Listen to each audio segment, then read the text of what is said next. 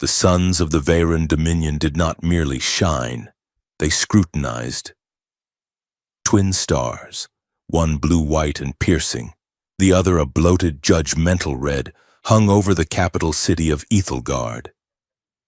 Their light refracted through the spires of the city, towers that curved upward like the crystal ribs of some dead, Leviathan god. The architecture was beautiful and terrifying, a testament to a civilization that had mastered gravity but had forgotten how to be gentle. Lyra Vex stood on the receiving platform of the high spire, her posture rigid inside her ceremonial armor. The armor was a masterpiece of kinetic mesh and white ceramic, polished until it gleamed like a mirror, designed to deflect blaster bolts and moral ambiguity alike. Around her, the air hummed with the sound of surveillance drones. They drifted like oversized insects, their lenses rotating, broadcasting this moment to the billions of citizens below, banners draped from the crystalline arches snapping in the high-altitude wind. They bore the Dominion's sigil, a single, unblinking eye, and the word that had choked Lyra's society for the last decade. Purity. Lyra hated the word. It tasted like ash in her mouth. She kept her face impassive, a mask of warrior diplomat perfection, but her resonance was already active, prowling the air like an invisible animal. This was her gift, the genetic anomaly that made her a high-value asset to the magistrate and a terrifying presence at dinner parties. She did not just hear words, she felt the emotional harmonics beneath them. A junior aide to her left, a Veyron with pale, iridescent skin, leaned in. "The human delegation is docking, my lady. The Peace Chancellor expects a flawless ceremony." "It will be flawless," Lyra said. "We must project strength," the aide whispered, his anxiety spiking. Lyra felt his fear as a vibration in her teeth, a low, buzzing irritant. But beneath the fear, she tasted something else in his voice, a metallic tang, cold, hard, and bitter. He was lying. He did not care about strength. He was worried about something specific, something hidden. Before she could press him, the docking clamps engaged with a thunderous clank that vibrated through the deck plates. The airlock hissed open, venting pressurized atmosphere in a cloud of white vapor. The humans emerged. They were softer than Veyrons, lacking the natural dermal plating and the tall, willowy tensile strength of her people. They looked fragile, wrapped in their dark synthetic suits, blinking against the harsh double sunlight. At the lead was a man who looked like he had been reviewing data packets until 3 seconds ago.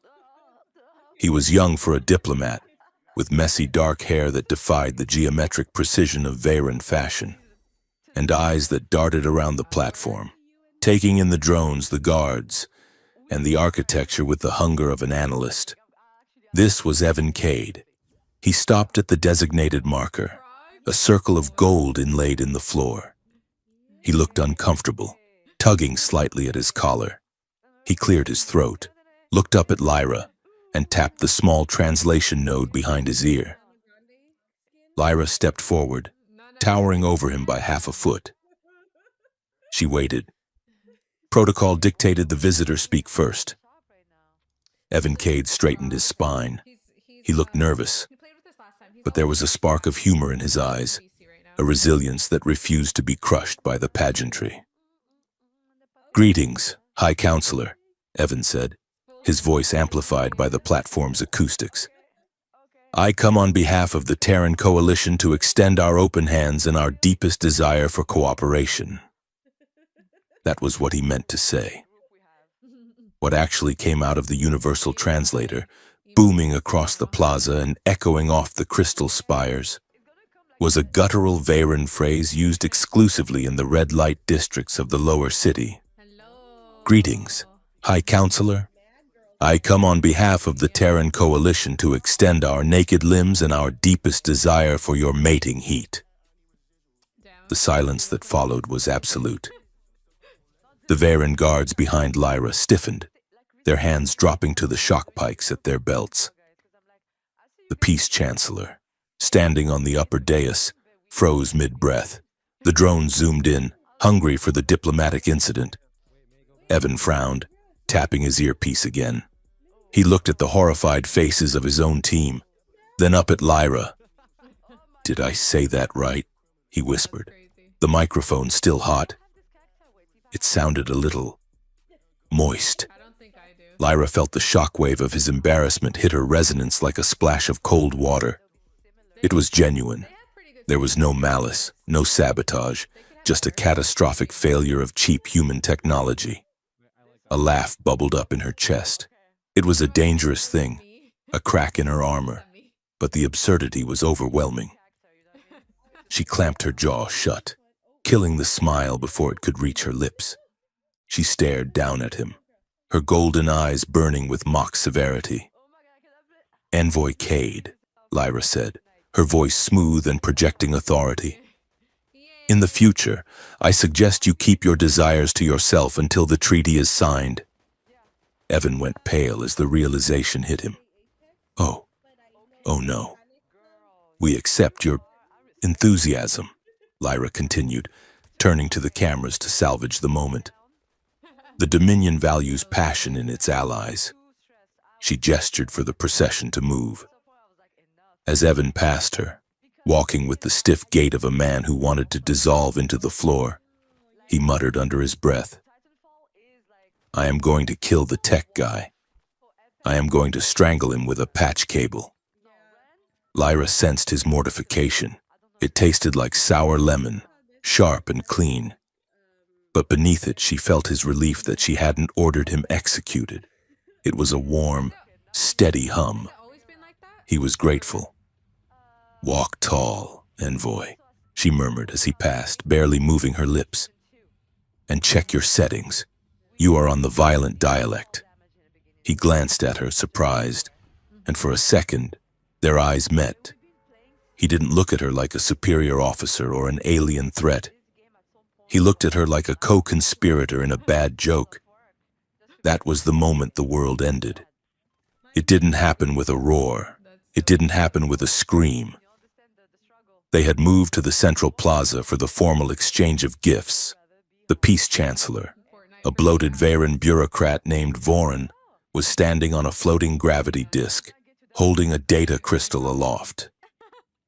The crowd was cheering, a synchronized, rhythmic sound that the Dominion required of its citizens. Lyra was scanning the perimeter. Her resonance was itching.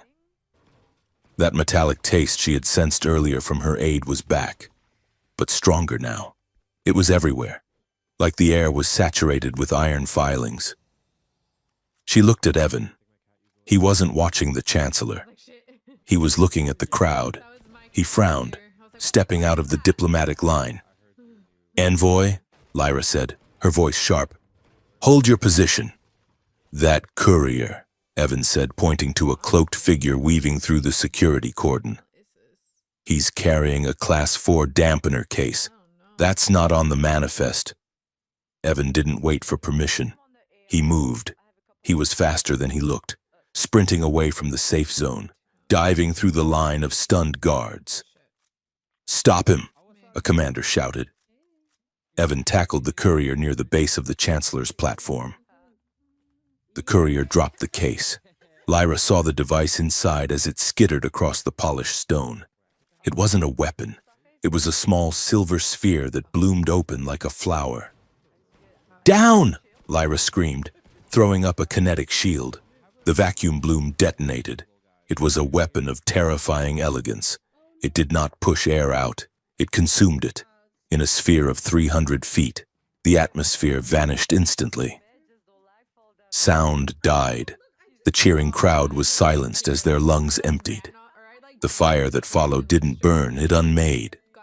Without oxygen to feed it, the explosion was a flash of pure, cold photonic energy, a white hole in reality. The Peace Chancellor's gravity disk collapsed. Voran disintegrated, his molecular bonds severed by the sudden pressure drop. The banners turned to dust. The crystal ribs of the nearest tower cracked. silent fissures racing up the sky. Then, the air rushed back in. The thunderclap was deafening. It hit Lyra's shield like a physical hammer, driving her to her knees. Dust and debris exploded outward. Lyra gasped, her ears ringing, her resonance screaming in agony as thousands of people felt sudden, overwhelming terror. It hit her mind like a tidal wave. Panic, pain, confusion. She gritted her teeth, forcing the mental shields up, filtering the chaos into background noise. She stood up amidst the smoke. "Secure the perimeter!" she roared, her voice cutting through the wailing of the wounded. She looked toward the blast crater. Evan Cade was on the ground, coughing violently, his face covered in white dust. He was alive. He was trying to crawl toward the courier he had tackled, but the courier was gone, vaporized or escaped. "Don't move!" A squad of elite Dominion shock troopers descended from the sky, their gravity boots slamming into the pavement. They surrounded Evan, weapons leveled at his head. "Wait!" Evan coughed, raising his hands. "I tried to stop it. The case." Above the plaza, the giant holographic propaganda screens flickered. The regular programming of the Purity Anthem cut out. "Citizens of Ethelgard!" The voice was deep, resonant, and trembling with manufactured outrage. General Rake appeared on the screens. He was the commander of the war faction, a scarred Varen with eyes like chips of flint. "We have been betrayed," Rake announced. "Behold the assassin." The screen shifted. It showed footage of the plaza from moments ago. Lyra watched, horrified. The footage was crisp and clear. It showed Evan Cade breaking the diplomatic line. It showed him running toward the Chancellor. But in this video, there was no courier. The editing was seamless, done in real time by an AI of impossible sophistication. In the video, Evan wasn't tackling anyone. He was sprinting toward the platform, pulling the silver sphere from his own jacket and hurling it at the Chancellor before diving for cover. "No!" Lyra whispered. "He brought the bomb!" A woman in the crowd screamed. "The human did it!" The mob, stunned a moment ago, turned instantly feral. The shock transformed into rage. They surged against the police barriers, spitting ritual dust, screaming for blood. Lyra moved. She didn't think. She reacted. She engaged her boots thrusters and leaped over the heads of the guards, landing hard between Evan and the firing squad. "Stand down!" Lyra ordered. "He is a terrorist," the lead trooper growled. "Step aside. Diplomat Vex." "He is a diplomatic envoy under my protection until proven guilty," Lyra snapped. She turned to Evan. He was on his knees, blood trickling from his nose, his eyes wide with shock. She grabbed the front of his jacket and hauled him up, pulling his face close to hers. "Did you do it?" she demanded. "No," Evan shouted. "I saw a courier, a Varen male, cloak, heavy gait. He dropped the charge. The footage. It's fake. Lyra, it's a lie." Lyra opened her senses. She dropped every barrier she had and let his voice hit her raw nerves. If he were lying, it would taste like cold iron. It would taste like rot. His words hit her chest like a blast of heat. It was warm, blindingly bright and solid, and it was the truth. He was terrified, he was angry, and he was innocent. The purity of his honesty was so intense it almost made her dizzy. "I believe you," she whispered. "How touching." The crowd parted. General Rake strode through the dust, his cape billowing behind him. He looked at the destruction with a satisfaction he barely concealed, then turned his flint eyes to Lyra. "The footage is conclusive. Diplomat Vex," Ryak said, his voice carrying to the cameras. "The human species is a plague. They come with smiles and mistranslations to lower our guard, and then they strike at our heart." "The footage was doctored," Lyra said, her voice steady. "My resonance confirms his innocence. He speaks the truth," Ryak sneered. "Your resonance? Or your infatuation?" He gestured to the screen, where a freeze frame of Evan and Lyra's earlier interaction was displayed. The moment where she had almost smiled. The moment where he had whispered to her. Rayek twisted the context instantly. "We saw you," Rayek said, pointing a gauntleted finger. "We saw the whispers, the intimacy. You are compromised. Vex. You are letting a biological impulse cloud your judgment of a national threat." "That is absurd," Lyra said. "I met him 10 minutes ago, and yet you stand between him and justice." Rayek roared, playing to the crowd. "This is why aliens cannot be trusted. They corrupt our bloodlines. They confuse our warriors." He leaned in close, his voice dropping to a snarl that only the audio pickups would catch. "Your love is a threat, Lyra Vex." It was a ridiculous accusation. It was madness. But as Lyra looked at the crowd, she saw them nodding. They wanted a villain. And Rayek had given them two, the foreign monster and the traitorous woman who shielded him. "Arrest him," Rayek ordered. The troopers surged forward. "Protocol 77 Alpha," Lyra shouted, her hand going to her lightsaber hilt. "I invoke the right of custody. If you shoot him, you are declaring war on the Terran coalition without Senate approval. You will be executed for treason. General." Rayek paused. He knew the law. He could kill Evan, but he couldn't kill the diplomatic immunity without a trial. Not yet. Not while the Senate still functioned. "Fine," Rayek spat. "Take the filth to the tribunal vault. Place him under maximum confinement. We will review the truth in 7 cycles." "I want access," Lyra said. "Denied," Rayek said. "You are a witness. Step aside, or join him in chains." 2 troopers grabbed Evan by the arms. They hauled him backward. "Lyra!" Evan yelled. Lyra reached out. It was a desperate, reflexive motion. Her hand caught his wrist. Skin touched skin. It shouldn't have happened. Varen physiology was dense, high energy. Humans were low voltage. But when her fingers closed around his wrist, a shockwave tore through her nervous system. It wasn't just the heat of his truth. It was a resonant spike so loud it eclipsed the screaming crowd. It felt like 2 musical notes, separated by light years, suddenly snapping into perfect harmony. Her heart hammered against her ribs, syncing with his for a split second. The universe seemed to narrow down to the point of contact. She felt his terror, his resolve, and a strange, bewildering pull that terrified her more than the bomb. The troopers ripped him away. The connection broke with a physical snap that left Lyra's hand tingling. She stood alone in the dust as they dragged him toward the armored transport. Rayek gave her one last look of contempt before turning to address the cameras. Lyra turned on her heel and marched toward the palace. She needed to get off the street. She needed to think. Her quarters were high in the spire, usually a sanctuary of silence and light. Now, they felt like a cage. Lyra stripped off her gauntlets and threw them onto the table. She activated her personal console. Computer, access security grid, sector 4, raw feed, time frame, -10 minutes. The holographic interface flickered red. Access denied. Security clearance revoked. Lyra froze. Override, authorization Vex Alpha 1. Authorization invalid. User designation, suspended.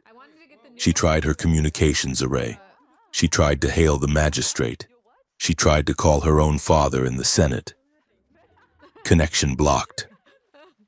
Cold realization settled in her stomach. It tasted like old copper. This wasn't just a frame-up. It was a coup. They had isolated her. They wanted her blind, deaf, and obedient. Rayek didn't just want a war with the humans, he wanted to purge the internal opposition. And by standing with Evan, she had painted a target on her own back. She paced the room. She was a reader. She was a warrior. She was not a victim. If she couldn't use the official channels, she would use the gutter. Lyra went to her wardrobe and pulled out a cloak made of shimmer silk, the kind used by high-end escorts to mask their identity. She pulled the hood up. She reached under her bed and pulled out a small, antiquated device, a subwave transmitter she had confiscated from a smuggler years ago. She keyed in a frequency that didn't appear on any official registry. "Sif," she whispered. "Pick up, you bottom-feeding parasite." Static hissed. Then, a voice smooth as oil and sharp as a scalpel filtered through. "Well, well, if it isn't her radiant high and mighty," the voice drawled. "I saw the news. Lyra, you have a terrible taste in boyfriends. He explodes on the first date? Tacky." It wasn't him. Sif. Of course it wasn't. The footage was too clean. The shadows were wrong on the gravity disk. Lyra exhaled. Sif was a criminal, an info broker, and a disgrace to his caste. But he had eyes everywhere. "I need proof," Lyra said. "I'm locked out of the grid." "I know. They put a hard lock on your biometrics. Your toxic property, darling, but I might have snagged a packet of metadata before Rake's firewall slammed down. It'll cost you." "Name it." "The codes to the magistrate's wine cellar." "Done. Sending it now." The data packet hit her portable slate. Lyra scanned the lines of code. It was technical, dense stuff. But one line stood out. It was a timestamp from the security camera file header. The creation date of the file labeled Assassin Evidence Primary was dated 3 hours before the explosion occurred. Lyra stared at the numbers. They hadn't just edited the footage in real time. They had pre-rendered the sequence. They knew exactly where Evan would be standing because they had orchestrated the courier to lead him there. It was a play, and Evan was the prop. She grabbed her lightsaber and clipped it beneath her cloak. 7 cycles. Rayak had said 7 cycles until the review. But if they had gone to this much trouble, Evan wouldn't survive the night. He would have an accident in his cell, or a suicide born of guilt. She had to move. The tribunal vault was deep underground, a stark contrast to the crystal spires above. It was a place of black stone and humming energy fields. Evan Cade sat on the narrow bench in his cell. The front wall was a shimmering curtain of violet energy that buzzed angrily if he got too close. A guard drone hovered outside, its red eye fixed on him. "You know," Evan said to the drone, his voice echoing in the empty block. "In my culture, we usually give the prisoner a phone call, or at least a sandwich. I'm hypoglycemic. If I pass out, I can't properly appreciate my impending execution." The drone did not respond. Evan leaned his head back against the cold stone. His hands were shaking. He clasped them together to stop it. He was terrified. He had seen the way the crowd looked at him. He was thousands of light years from home, trapped in a society that viewed him as a virus. But more than the fear, he felt the memory of Lyra's hand on his wrist, that electric jolt. He had felt it too. It was impossible. He was human. She was Varen. Their biology wasn't compatible. But for that second, it had felt like plugging into a reactor. "She's going to get herself killed," Evan whispered to the darkness. "Idiot." He closed his eyes. "Don't come for me, Lyra. Just stay away." A soft thrumming sound echoed down the corridor, the sound of a heavy door sliding open, then closing. The guard drone spun around. "Identify," the drone chimed. "Diplomatic override Gamma 6, a voice said, low, calm, and dangerous. Lyra stepped out of the shadows. She had lowered her hood. In the gloom of the dungeon, her eyes seemed to glow with their own inner light. "Override rejected," the drone stated. "Prisoner is restricted." Lyra moved with a blur of speed. She didn't draw her weapon. She simply reached out, grabbed the drone by its sensory cluster and drove her fingers into the casing. There was a crackle of electricity, a spark, and the drone dropped to the floor, dead. Evan jumped up from the bench. "Lyra? Are you insane?" Lyra stepped up to the energy barrier. The violet light cast harsh shadows on her face. She looked tired, but her jaw was set in a line of granite. "Probably," she said. "You need to leave," Evan said, moving close to the bars, though the heat coming off them stung his face. "Rayak is framing me. He'll frame you too." "He already has," Lyra said. She pulled her slate from her cloak and held it up. "I found the timestamp. The footage was prepared in advance. This goes all the way to the top. Evan." Evan looked at the data. A grim smile tugged at the corner of his mouth. "So, I was the guest of honor at a scripted party." "Yes." Lyra deactivated the slate and looked at him. Her resonance reached out, testing the air between them. Even through the energy shield, she could feel him. The warmth, the fear, the truth. "They want to use you to start a war," Lyra said softly. "They want to use us to prove that love is weakness." "We're not in love," Evan said. "We met this morning. I accidentally propositioned you. It was hardly a romance for the ages." "I know," Lyra said. She leaned closer until her nose was inches from the lethal energy field. "But they have made it one. They have written our story for us." She looked deep into his eyes. "I am going to rewrite it." "Lyra," Evan warned. "Don't do this. Walk away. Survive." "I cannot walk away," Lyra said. "I am a reader. I live by truth. And the truth is, you are innocent." She placed her hand on the energy field control panel on the wall. It was bio-locked, but she had tools for that. Not yet. She couldn't break him out yet. The alarm would bring the entire army down on them before they reached the lift. She needed a plan. She needed leverage. "I can't open this tonight," she said. "Not without tripping the silent alarms." "Good," Evan said. "Get out of here." "I will be back," Lyra vowed. "I'm going to get you out. Evan, I'm going to find the original footage. I'm going to shove it down Rake's throat on a planetary broadcast." "Why?" Evan asked. "Why risk everything for a stranger?" Lyra hesitated. She remembered the shock of his skin against hers. She remembered the heat of his honesty in a city of cold lies. "Because," she whispered, "you are the only thing in this city that doesn't taste like metal." She pulled her hood back up. "Stay alive, Evan Cade. I'm coming for you."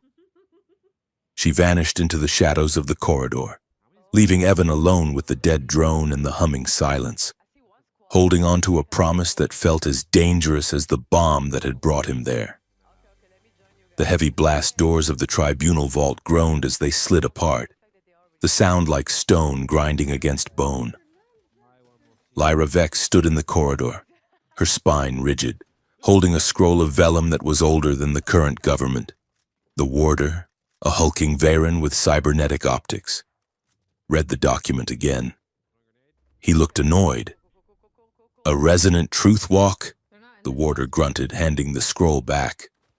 "Nobody has invoked this statute in 400 years. Diplomat, it is archaic superstition." "It is the law," Lyra said, her voice cool and sharp as cut glass. "The suspect is entitled to prove his emotional continuity at the scene of the alleged crime before formal sentencing. Unless you are suggesting that General Rake's military authority supersedes the founding scrolls?" The warder hesitated. To deny the scrolls was heresy. To defy Rake was suicide. But Lyra was standing there in full ceremonial regalia, the gold and white of the diplomatic corps, looking like an avenging angel. Bureaucracy, as always, favored the one with the paperwork. "You have 1 hour," the warder spat. If he tries to run, the collar detonates. He gestured to the cell. Evan Cade walked out. He looked worse than when Lyra had left him. There was a bruise blooming on his jaw, and he was wearing a heavy suppression collar that blinked a menacing red against his throat. But when he saw Lyra, his shoulders dropped an inch, the tension bleeding out. "I thought you were a hallucination," Evan said. "I am your legal counsel," Lyra corrected. She didn't look at him directly. She couldn't afford to let the cameras see her relief. "We are going for a walk." "A walk?" Evan asked, falling into step beside her as two armed drones flanked them. "Is there going to be a picnic? Maybe some light treason?" "Keep your head down," Lyra murmured, "and do not speak unless I tell you to." They exited the detention block and emerged into the blinding glare of the midday suns. The transition from the silence of the vault to the roar of the city was physical. The moment they stepped onto the public concourse, the atmosphere turned poisonous. The news of the assassination had spread. The gleaming white towers of the Capitol were plastered with holographic projections. They looped the doctored footage of Evan throwing the bomb, over and over again. Beneath his face, burning in letters 10 feet tall, was the Varen word: Ka-Rak, traitor, filth. A low hiss started from the pedestrians nearby. It grew into a rumble. "There he is!" someone screamed. "Murderer! Plague-bringer!" A woman in the intricate robes of a merchant lunged forward, pursing her lips. She spat a mouthful of gray powder at Evan. It was ritual dust, crushed bone and ash, used to mark the dead and the damned. The dust struck Evan's shoulder, clouding the air. He flinched but didn't stop. Lyra's jaw tightened until her teeth ached. Her resonance was screaming. The hatred of the crowd hit her like radiant heat, a suffocating wall of anger and fear. They didn't just hate Evan, they were terrified of him. And that fear had been weaponized into rage. She wanted to draw her weapon. She wanted to scream that they were being lied to. But she kept walking, her face a mask of stone. "Keep moving," she ordered, her voice cutting through the noise. "Friendly locals," Evan muttered, wiping the ash from his sleeve. "I assume the gift shop is sold out of I Survived the Mob t-shirts." He was trying to joke, but Lyra could feel the tremor in his voice. He was scared. He had every right to be. They reached a security checkpoint. A young Varen guard stepped in their path, his hand on his stun baton. He looked nervous, his eyes darting between Lyra's rank insignia and the mob behind them. Evan, attempting to diffuse the tension, gave a small, polite bow. He tapped his translator. "Good cycle to you, officer," Evan said. "May your grandmother's beard grow lush and thick." The guard froze. The crowd went dead silent.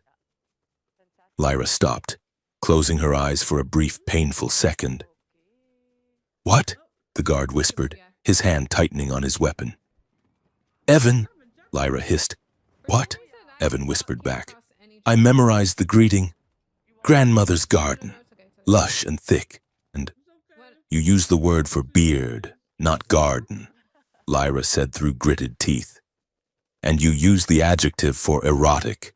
You just told him you hope his grandmother's facial hair is sexually potent." Evan stared at the guard. "Oh.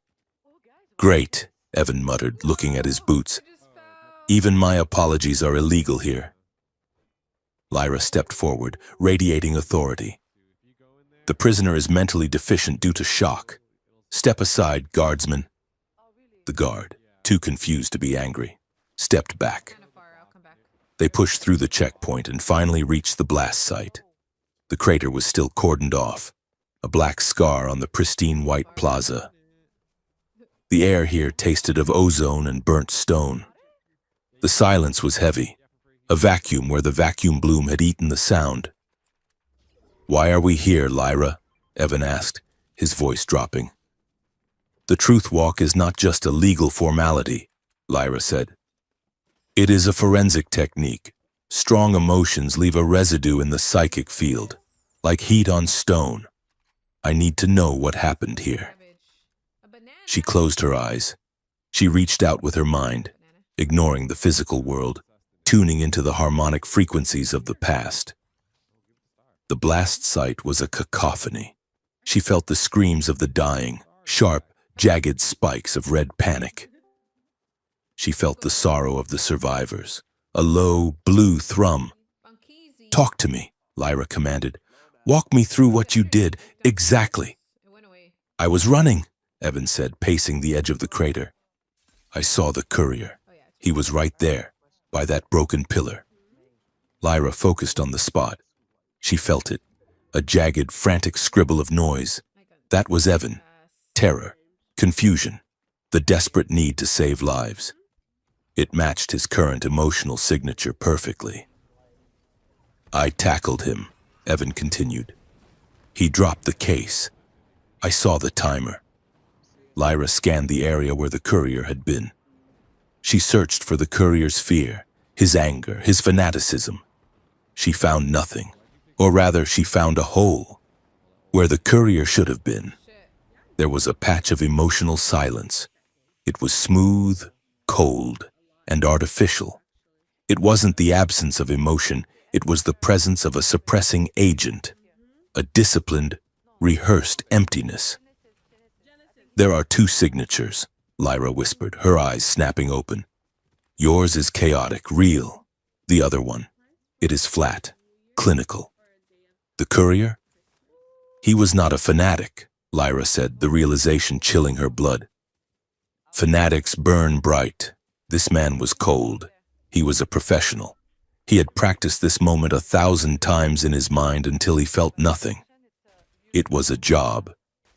"So you believe me?" "I believed you before," Lyra said. "Now I can prove—" A warning chime sounded in her helmet. "Lyra, look out!" Evan shouted. 3 shadows dropped from the upper gantries. They landed in a triangle formation around them. They were clad in matte gray armor, faceless helms, and carried staves that crackled with high-voltage electricity. Purity Wardens. Rayek's private enforcement squad. "Diplomat Vex," the leader distorted. "The prisoner is attempting to escape. Lethal force is authorized." "He is standing still," Lyra yelled, her hand flashing to the hilt of her collapsible cortosis staff. "Stand down. Target locked," the warden said. They didn't want custody. They wanted a corpse.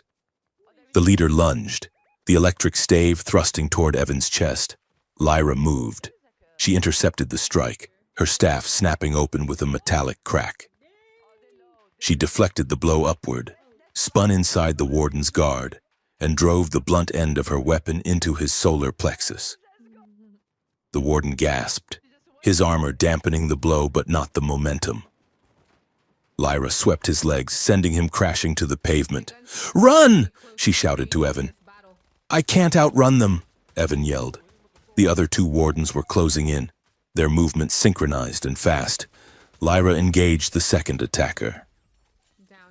She fought with the elegant brutality of her caste, redirecting force, using their weight against them. She ducked a swing that would have taken her head off, grabbed the warden's arm, and used her thruster boots to flip over him, twisting his wrist until the joint popped. But the 3rd warden had bypassed her. He was charging Evan, weapon raised. Evan scrambled back, tripping over a piece of rubble. He frantically tapped at his wrist comp. Come on, Evan muttered. The warden raised the staff for a killing blow.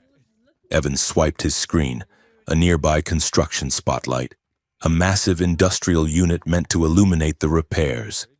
Suddenly swiveled with a mechanical shriek. It aimed directly at the warden's helmet and flashed to maximum strobe intensity. The warden staggered, blinded by the sudden assault of 10,000 lumens. "Eat photons!" Evan yelled. He rolled away, grabbed a loose conduit cable hanging from a severed pylon, and jammed it into a puddle of water at the warden's feet. Sparks showered the air. The warden seized up as the current from the city grid shorted his armor's servos. He froze in place, a statue of locked gears. Lyra finished her opponent with a precise strike to the helmet's sensor array, blinding him. She rushed to Evan's side.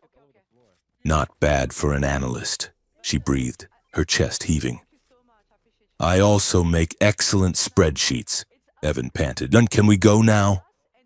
"The upper levels are compromised," Lyra said, looking at the approaching sirens in the sky. "We have to go down." She grabbed his arm and dragged him toward a service vent. She kicked the grate open. "Ladies first," Evan said. "Move," she ordered, and shoved him into the dark. The underlayers of Ethelgard were a different world. If the surface was a monument to crystalline purity, the Undercity was a celebration of biological chaos. They descended on a rusted gravity rail, the air getting thicker, hotter, and wetter with every mile. When they finally stepped off onto the rusted platform of Sector 9, Evan stared in wonder. The walls were alive, massive, bioengineered vines pulsed with a soft, bioluminescent blue light, acting as both structural support and street lamps. The canals that ran through the center of the market smelled of algae and spice. The people here were a mix of species, Veyran outcasts, scaly reptilian traders, and cybernetic drifters. "It's humid," Evan noted, wiping sweat from his forehead. "The Dominion hides its roots," Lyra said, pulling her cloak tight to hide her gleaming armor. "The city is grown, Evan. The crystals above are calcified plants. Down here, the roots still feed.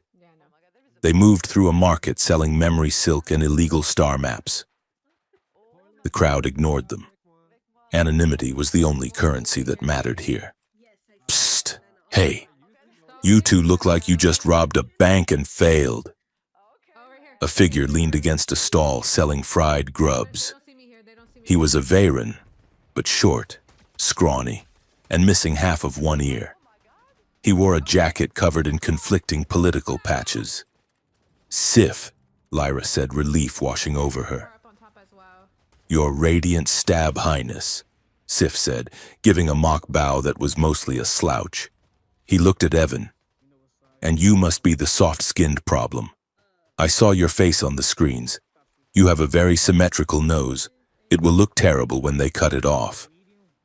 "Charmed," Evan said. "Lyra said you were funny. She didn't mention the smell." Sif grinned, revealing sharpened teeth. "That's the smell of freedom, human, and rancid oil. Mostly oil. Follow me. Unless you want to sign autographs for the bounty hunters." Sif led them through a maze of twisting alleyways, ducking under dripping pipes and stepping over sleeping drunks. He brought them to a secluded alcove behind a massive, throbbing root cluster. "All right," Sif said, pulling a data pad from his boot. "I scrubbed the trace on the file you sent, Lyra. But you need to see this." He handed the pad to Evan.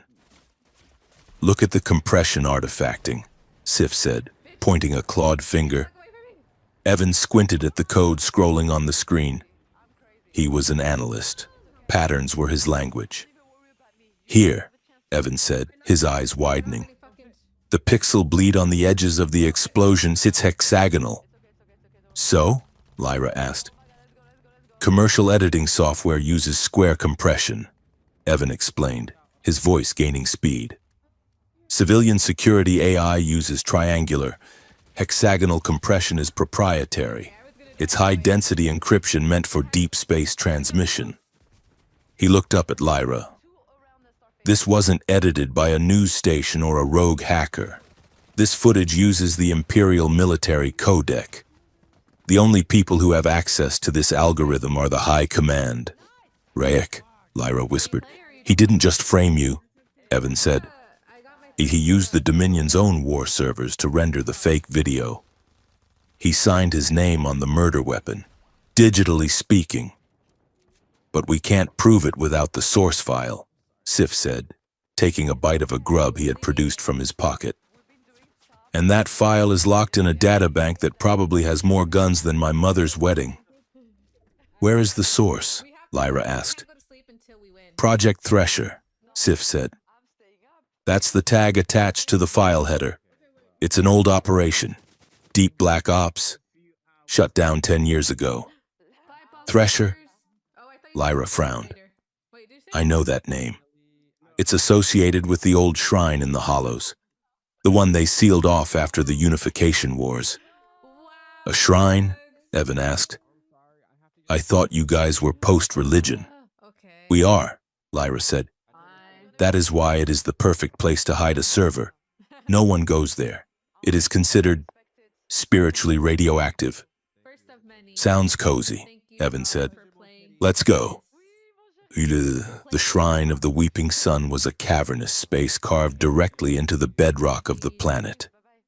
The walls here didn't just pulse, they hummed. A low, resonant vibration that rattled the teeth and made the hairs on Lyra's arms stand up. It was dark, lit only by the faint, dying glow of ancient phosphorescent moss. Sif, stay at the entrance, Lyra commanded. Watch for tails. With pleasure, Sif said. I'm allergic to holy places, makes me break out in morality. Lyra and Evan descended the stone steps into the sanctum. The air was thick with resonance. It was like walking into a storm of static electricity. This place, Evan whispered, rubbing his chest. I can feel it. Is that normal? The stone here amplifies emotion, Lyra said, her voice tight. It was built to act as a psychic amplifier for the ancient readers. It makes everything louder. Fear, anger. What about...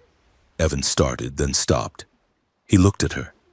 In the dim light, with the hum of the walls wrapping around them, Lyra felt her control slipping. The barrier she usually kept between her mind and the world was eroding. She could feel Evan, not just his fear now, but his admiration. He was looking at her, at the way the light caught the curve of her armor, at the determination in her eyes. He was awestruck, and beneath that, a deep, pulling hunger. Lyra, he said softly. The sound of her name on his lips sent a flare through her resonance that was so bright it almost blinded her. It wasn't just sound, it was a physical sensation, a caress along her nervous system. She stumbled, grabbing his jacket collar to steady herself. Careful, she breathed. Are you okay? Evan asked. He didn't pull away. He froze, his hands hovering near her waist, wanting to touch her but terrified of crossing the line.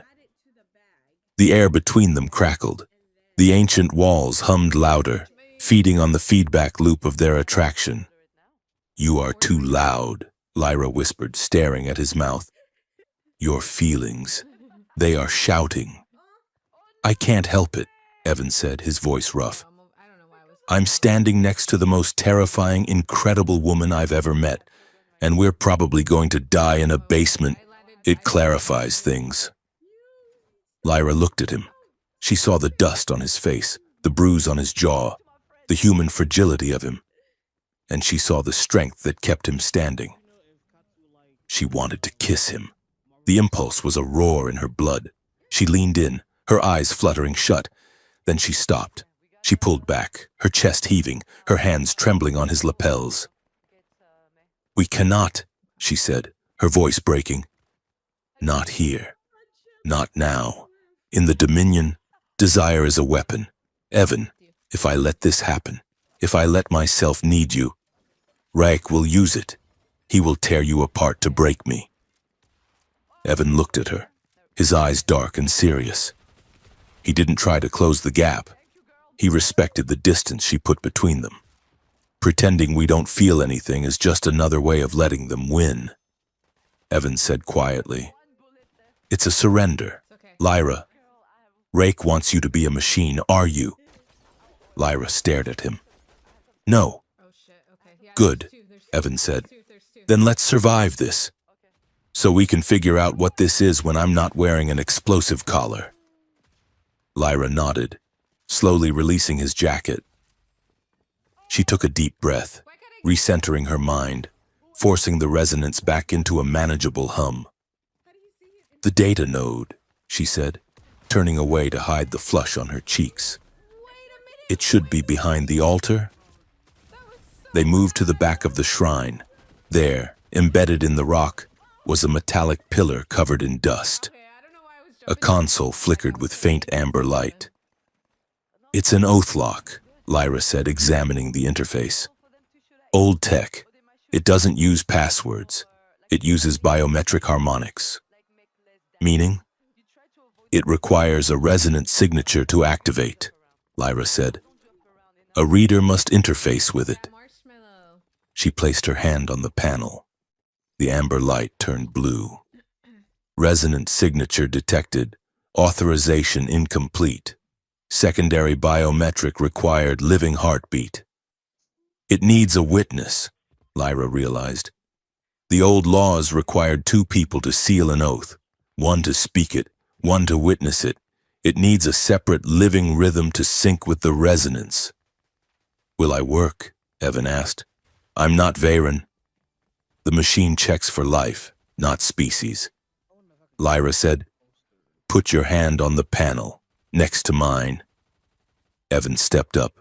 He placed his hand on the cold metal surface, his fingers brushing against hers. "Focus on your heartbeat," Lyra instructed. "Don't be afraid. Just be." Evan closed his eyes. Lyra focused. She pushed her energy into the machine, a stream of golden mental light. She felt the machine wake up, sensing her. Then, it reached out for Evan. She felt his heartbeat through the machine. Thump, thump, thump, thump. It was steady, strong, and undeniably alive. The machine's hum deepened. The blue light began to spread, crawling up Lyra's arm, then jumping the gap to Evan's hand. He gasped as the energy flowed into him, a warm, tingling circuit completing itself. Their pulses synced. For a moment, they were part of the same loop. Lyra, Evan, and the truth buried in the stone. Lock disengaged. The heavy metal casing of the pillar slid open with a hiss of pressurized air. A single data crystal sat inside, pulsing with a dark red light. Lyra grabbed it. She jammed it into her slate. Project Thresher. She read, "Deployment of atmospheric destabilization agents, human containment protocols, false flag operations." Her eyes widened. "It's all here. The blueprints for the bomb, the order to edit the footage, Reich's personal seal." "We got him," Evan grinned. "We actually got him." Suddenly, the shrine was bathed in a rotating crimson light. A siren began to wail, echoing off the cavern walls with deafening volume. "You triggered a silent alarm?" Evan yelled over the noise. "The oath lock," Lyra shouted. "It notifies the archives when a sealed file is opened. Reich knows. He knows we're here." "How long until they get here?" Lyra looked at the ceiling, where dust was beginning to fall as heavy engines rumbled far above. "They are already here." She grabbed Evan's hand, interlacing her fingers with his. "Run!"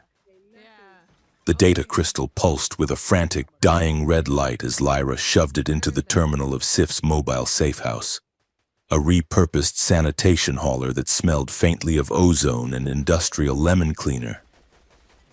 The holographic emitter sputtered to life, throwing jagged fragments of text and video into the cramped air of the cabin. Lyra, Evan, and Sif huddled around the projection, their faces illuminated by the ghostly blue glow of Dominion secrets. "Project Thresher," Lyra read, her voice tight. "It is not just a defense protocol, and it is a blueprint for a coup." The scrolling data was a nightmare of bureaucratic precision. It listed detailed schematics for the vacuum bloom explosives, deployment schedules for purity wardens in civilian sectors, and, most damning of all, a projection model titled Wormhole Corridor Seizure. The plan was simple and monstrous. frame the Terran coalition for a terror attack, use the resulting panic to declare martial law, and seize the strategic trade routes that connected the Dominion to the wider galaxy. "Look at the target list," Evan said, pointing to a column of names. Peace Chancellor Vorin was just the opening move. They have flagged half the Senate for preventative detention. "This is a purge. It is proof," Lyra said, the warmth of the truth burning in her chest like a fever. "We have them. We take this to the High Tribunal, and Rayek is finished." Suddenly, the hologram flickered violently. The text began to dissolve, the letters unspooling into meaningless static. "What is happening?" Lyra demanded.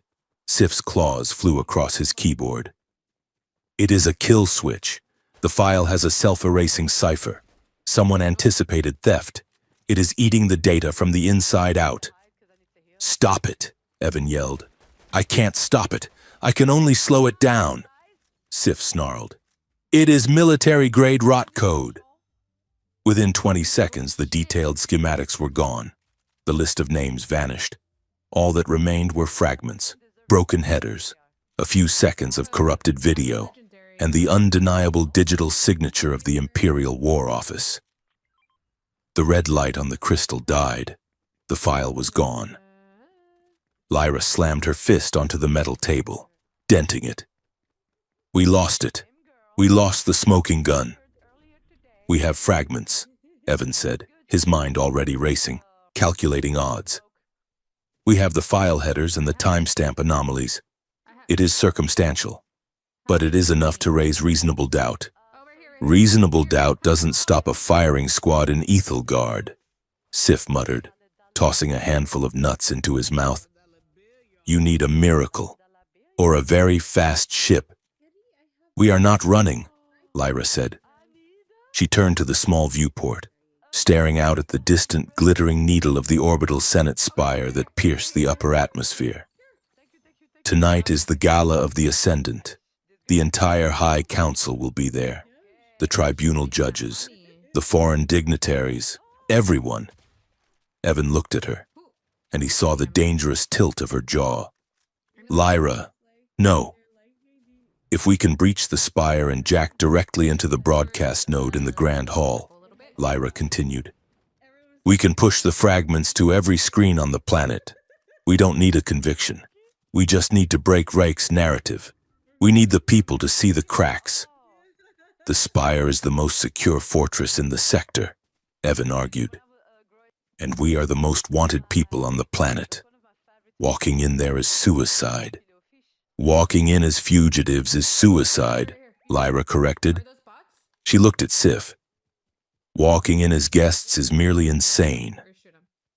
"Sif, tell me you still have those invite codes from the magistrate you blackmailed last winter." Sif sighed, a long rattling sound. "I was saving those for a rainy day." "This is not rain. Lyra, this is a hurricane." "Do it," Lyra commanded. The orbital Senate spire did not float. It hung from the edge of space, a stalactite of diamond and steel suspended by gravity tethers. The Gala of the Ascendant was the pinnacle of the social season, a dazzling display of wealth and power where the air was perfumed with crushed star lilies and the floor was polished until it looked like deep water.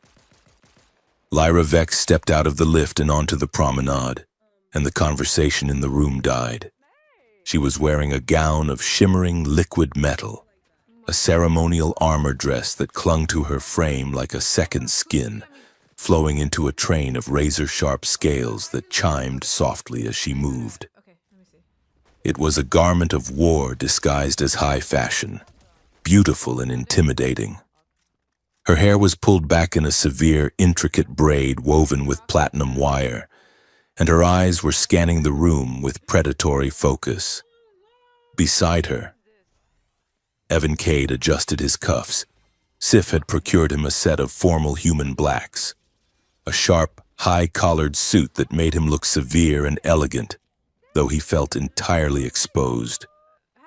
"Everyone is looking at us," Evan murmured, keeping a smile plastered on his face. Let them look, Lyra said, her voice low. If they are looking, they are not scanning. They are looking because we are a scandal in motion, Evan whispered. I feel like I walked into a funeral wearing a clown nose. A waiter drone hovered by, offering a tray of hors d'oeuvres and utensils. Evan reached for a small, curved, silver instrument. Nice, Evan noted. Decorative spoon. Lyra glanced at it in deadpans. That is a ceremonial throat scoop used for ritual duels. Try not to eat with it, or you will sever your tongue. Evan slowly put the blade back on the tray. Right. No snacks. Got it. They moved deeper into the hall. The room was a sea of velvet capes and jewel-toned skin. Lyra's resonance was overwhelmed by the sheer volume of superficiality, the taste of ambition, the sour tang of jealousy, the cloying sweetness of false flattery. It was like wading through syrup. The broadcast node is behind the magistrate's dais, Lyra instructed. We need to get close without triggering the perimeter alarms. The security routes are open, Evan observed, his eyes darting to the ceiling corners where the surveillance clusters hung. Too open. What do you mean? Look, Evan said, subtly angling his body to shield Lyra from a camera cone. The flow of the crowd is being diverted away from the east wing. There's a clear path straight to the dais.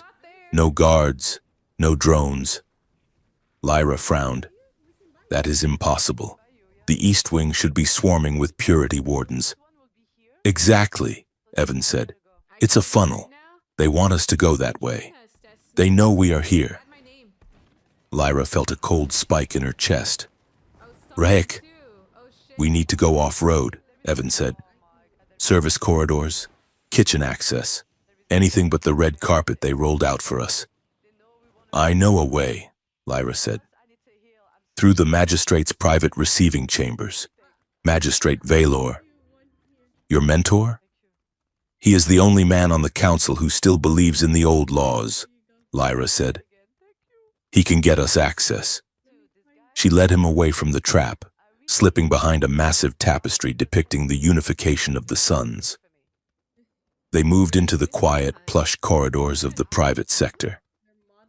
Suddenly, the sound of heavy boots echoed on the marble floor ahead. Patrol, Evan hissed. He grabbed Lyra's hand and pulled her into a narrow service alcove, hitting the door release. The panel slid shut just as the guards marched past. The space was tiny, designed for maintenance drones, not two adults. Lyra was pressed back against the cool metal wall, and Evan was pressed against her, his hands braced on the wall by her head to keep his weight off her. The darkness was total. The silence was thick. Lyra could hear him breathing. She could feel the heat radiating from his chest. Her resonance, already frayed from the sensory overload of the gala, suddenly flared. In the confined space, Evan's emotional signature was not just a signal, it was an atmosphere. She felt his adrenaline, his protective instinct, and beneath it all, a raw, terrified desire that mirrored her own. You are too close, Lyra whispered, her voice trembling. I can't move, Evan whispered back. They're right outside. No, Lyra said, her breath hitching. I mean, my resonance. I can feel your heartbeat, Evan. It is syncing with mine. It is destabilizing my control. Evan didn't pull away. He couldn't. Is that bad? It is dangerous, Lyra said. When a reader connects this deeply, the barrier between self and other dissolves. I feel what you feel, and you want. She trailed off. She felt the hunger in him, a desperate, aching need to close the final inch between them. It wasn't just lust. It was a craving for connection in a universe that wanted them dead. I want you, Evan admitted, his voice rough in the dark. I can't stop wanting you. Even here. Even when it's suicidal. Lyra's hands came up, gripping the lapels of his suit. She pulled him slightly closer. The air between them was electric, charged with the energy of the spire and the biological storm of their proximity. "Do it," she breathed. Evan leaned in. His lips brushed her jaw. Lyra's eyes closed, and for a second, the war, the conspiracy, and the galaxy vanished. There was only the heat of him. Then, Evan stopped. He froze, his forehead resting against hers. He took a shuddering breath and forced himself to step back, pressing his spine against the opposite wall, putting 6 inches of cold air between them. "I can't," Evan said, his voice ragged. "If I kiss you now, I won't be able to think. And you need me to think. Lyra, I won't be the distraction that gets you killed." Lyra opened her eyes. She felt the loss of his contact like a physical wound. But beneath it, she felt a surge of respect so powerful it made her knees weak. He had chosen her safety over his hunger. "You are a better man than they deserve," Lyra whispered. "I'm just a guy trying not to get executed," Evan said, straightening his jacket with trembling hands. "Coast is clear. Let's go." Magistrate Valor's chambers were a study in Varen austerity. High ceilings, stark white furniture, and a panoramic view of the stars. Valor himself stood by the window, an elderly Varen with a mane of silver hair and robes of deep judicial purple. He turned as Lyra and Evan entered. He did not look surprised. "I wondered when you would come, Lyra," Valor said, his voice grave. "Magistrate," Lyra said, bowing her head. "We have evidence. Project Thresher. Rayek is planning a coup." She stepped forward, offering the data slate with the fragments. "It is incomplete, but it proves the conspiracy goes to the War Office. We need you to authorize an emergency broadcast during the gala. If the Senate sees this, Rayek loses his mandate." Valor took the slate. He looked at it, his expression unreadable. "You have been thorough," Valor said. "And you, Mr. Cade, you have proven remarkably resilient." "We had help," Evan said, watching the magistrate carefully. "But we're running out of time." "Indeed," Valor said. "Time is a luxury we no longer possess." He placed the slate on his desk. He did not activate the broadcast node. Instead, he pressed a small recessed button on the surface. The doors to the chamber hissed shut and locked with a heavy metallic thud. Lyra stiffened. "Magistrate." "I am sorry, Lyra," Valor said, his sadness tasting like cold ash in the air. "But you cannot stop what is coming. The Dominion requires order. The humans, they are chaos. Rayek is a brute, yes, but he understands the necessity of strength." "You," Lyra breathed, the betrayal hitting her harder than a physical blow. "You are working with him." "I am working for the survival of our species," Valor said. "The wormhole corridor must be secured. If that requires a war, so be it." "You taught me that truth was the only absolute," Lyra shouted, stepping forward. "Truth is a tool," Valor corrected. "And right now, the truth is that you are unstable." He raised his voice. "Security! The intruders are secured." A hidden panel in the wall slid open. General Rayek stepped out, flanked by a squad of purity wardens. He was smiling, a predator looking at a trapped meal. "Excellent work, Magistrate." Rayek rumbled. Evan moved instantly, stepping in front of Lyra, but a warden fired a gravity tether. The beam hit Evan in the chest, slamming him backward against the wall and pinning him there, struggling against crushing weight. "Evan!" Lyra screamed. She drew her cortosis staff, but 3 weapons were leveled at her head. "Stand down, diplomat," Rayek warned, "or I will crush his ribs one by one." Lyra froze. She dropped her weapon. Valor stepped forward, holding a scroll. By the power vested in the High Council, I hereby enact Emergency Decree 99. Lyra Vex, you are declared emotionally compromised. Your judgment is clouded by interspecies biological contamination. You are stripped of your rank, your title, and your citizenship.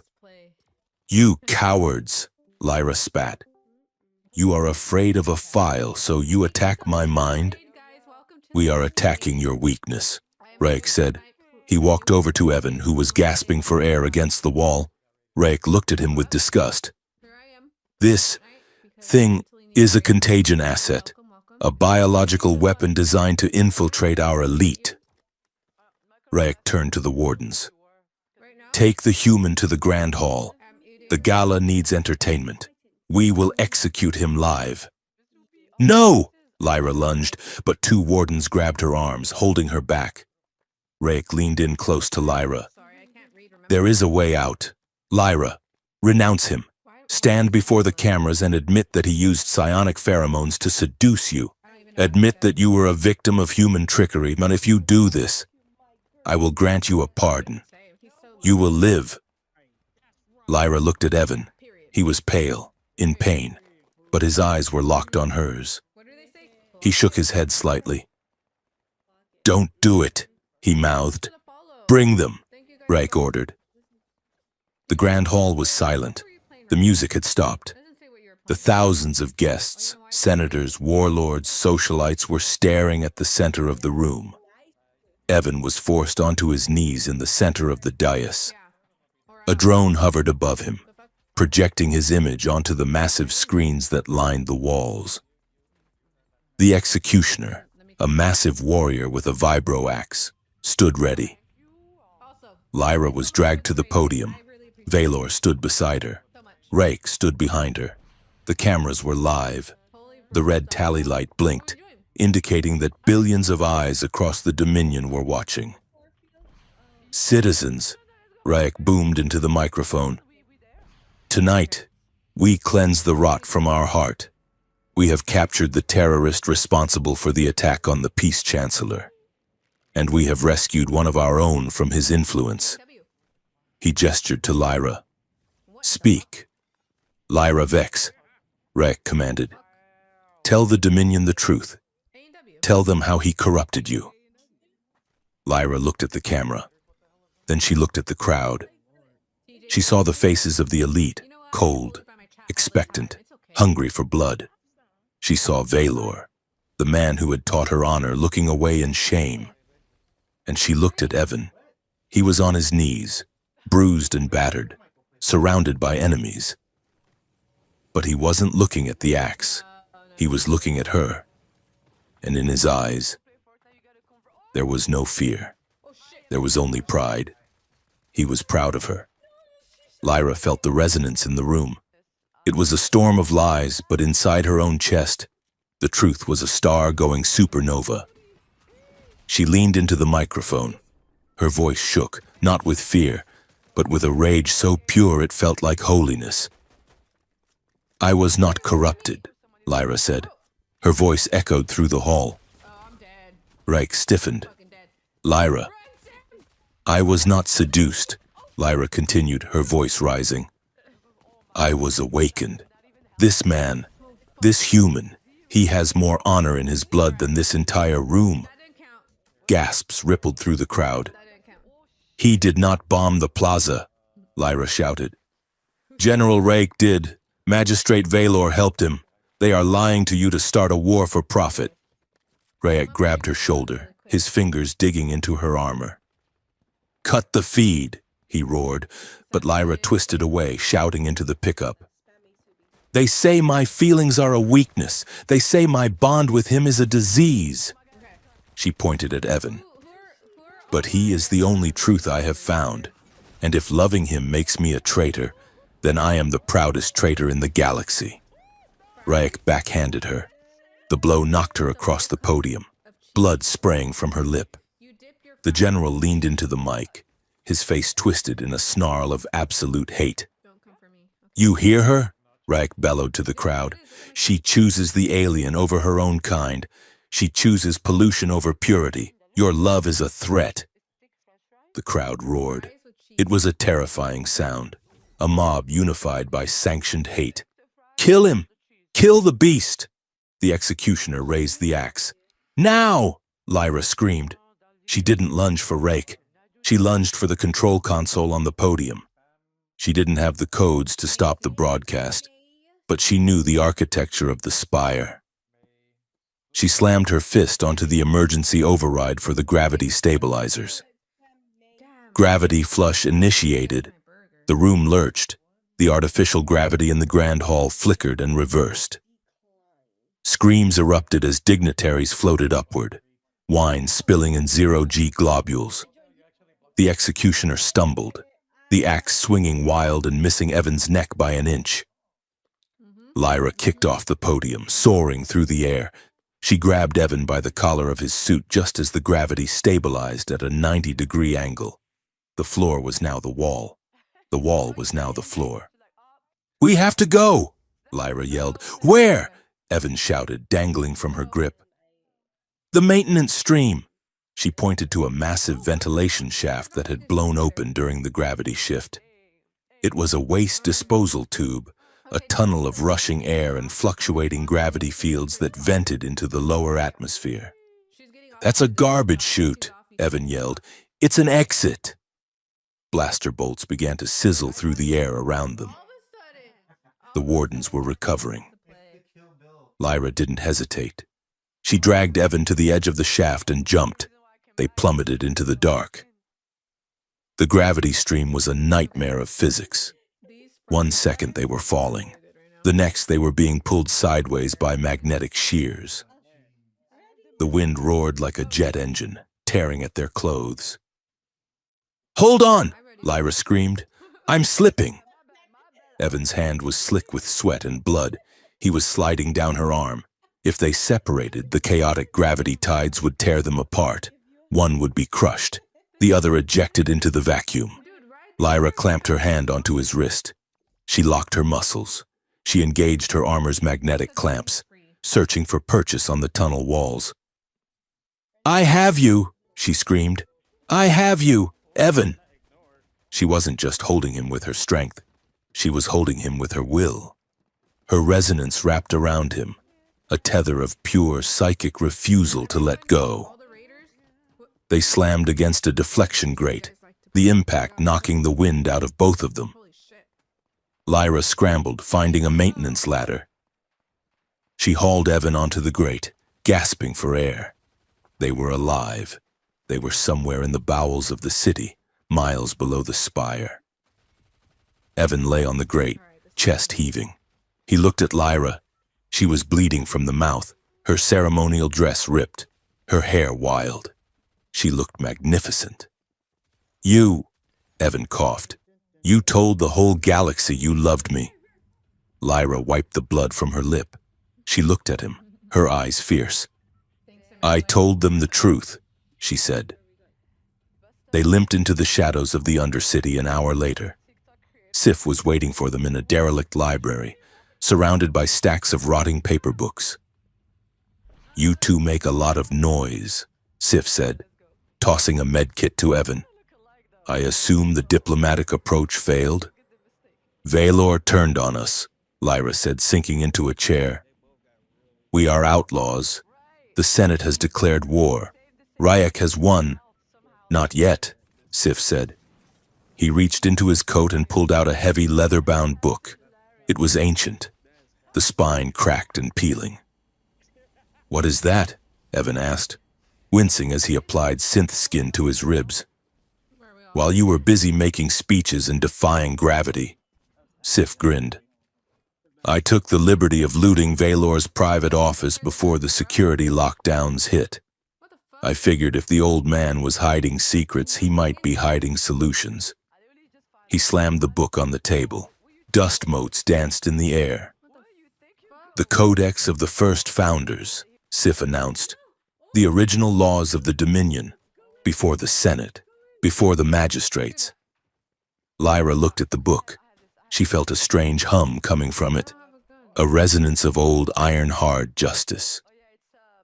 She opened the book. She turned the fragile pages until she found a passage marked with a red ribbon. "The 1,000 blades," Lyra whispered. "What?" Evan asked. "It is an ancient statute," Lyra read, her finger tracing the faded script. "A ritual trial. If a citizen believes the court is corrupt, they may demand judgment by combat, not a duel, a siege." She looked up, her eyes burning with a terrifying resolve. "The accuser must fight 1,000 sanctioned warriors in the arena of vows.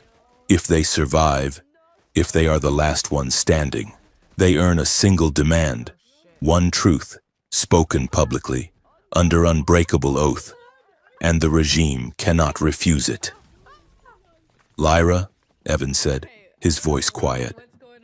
1,000 warriors. That's not a trial, that's an execution." "It is a chance," Lyra said. "It is the only chance we have left." She stood up. The fatigue seemed to fall away from her. She looked like the warrior she was born to be. "Raek wants to use violence to silence the truth," she said. "Fine. I will speak his language." She looked at Evan. "I am going to challenge the Dominion, and I am going to win." The Sanctuary of the Hollows was less a military base and more a desperate, beautiful collage of everything the Dominion had tried to erase. Located deep within the planet's crust, beneath the geothermal vents that powered the capital. The rebel enclave was a cavernous space filled with makeshift habitats. Structures were built from scavenged starship hulls, welded together with artistic defiance. Bioluminescent moss draped from the ceiling like living chandeliers, casting a soft teal light over the defectors, poets, and disgraced scientists who called this place home. Lyra Vex sat on a crate of stolen ration bars, watching Evan Cade argue with a vending machine that seemed to have developed a personality disorder. "I asked for water," Evan said to the machine. "You gave me hot sludge. It is nutrient paste." A passing rebel, a four-armed mechanic, corrected him. "It builds character. It builds nausea," Evan muttered. Lyra watched him, and she felt it again. The shift. Before the explosion, before the spire, her resonance had been a wide-spectrum scanner. She could hear the emotional harmonics of a room, a cacophony of fear, ambition, and deceit. But now, amidst the background noise of 200 rebels, Evan's signal was a piercing, singular note. It was a golden frequency that cut through the static.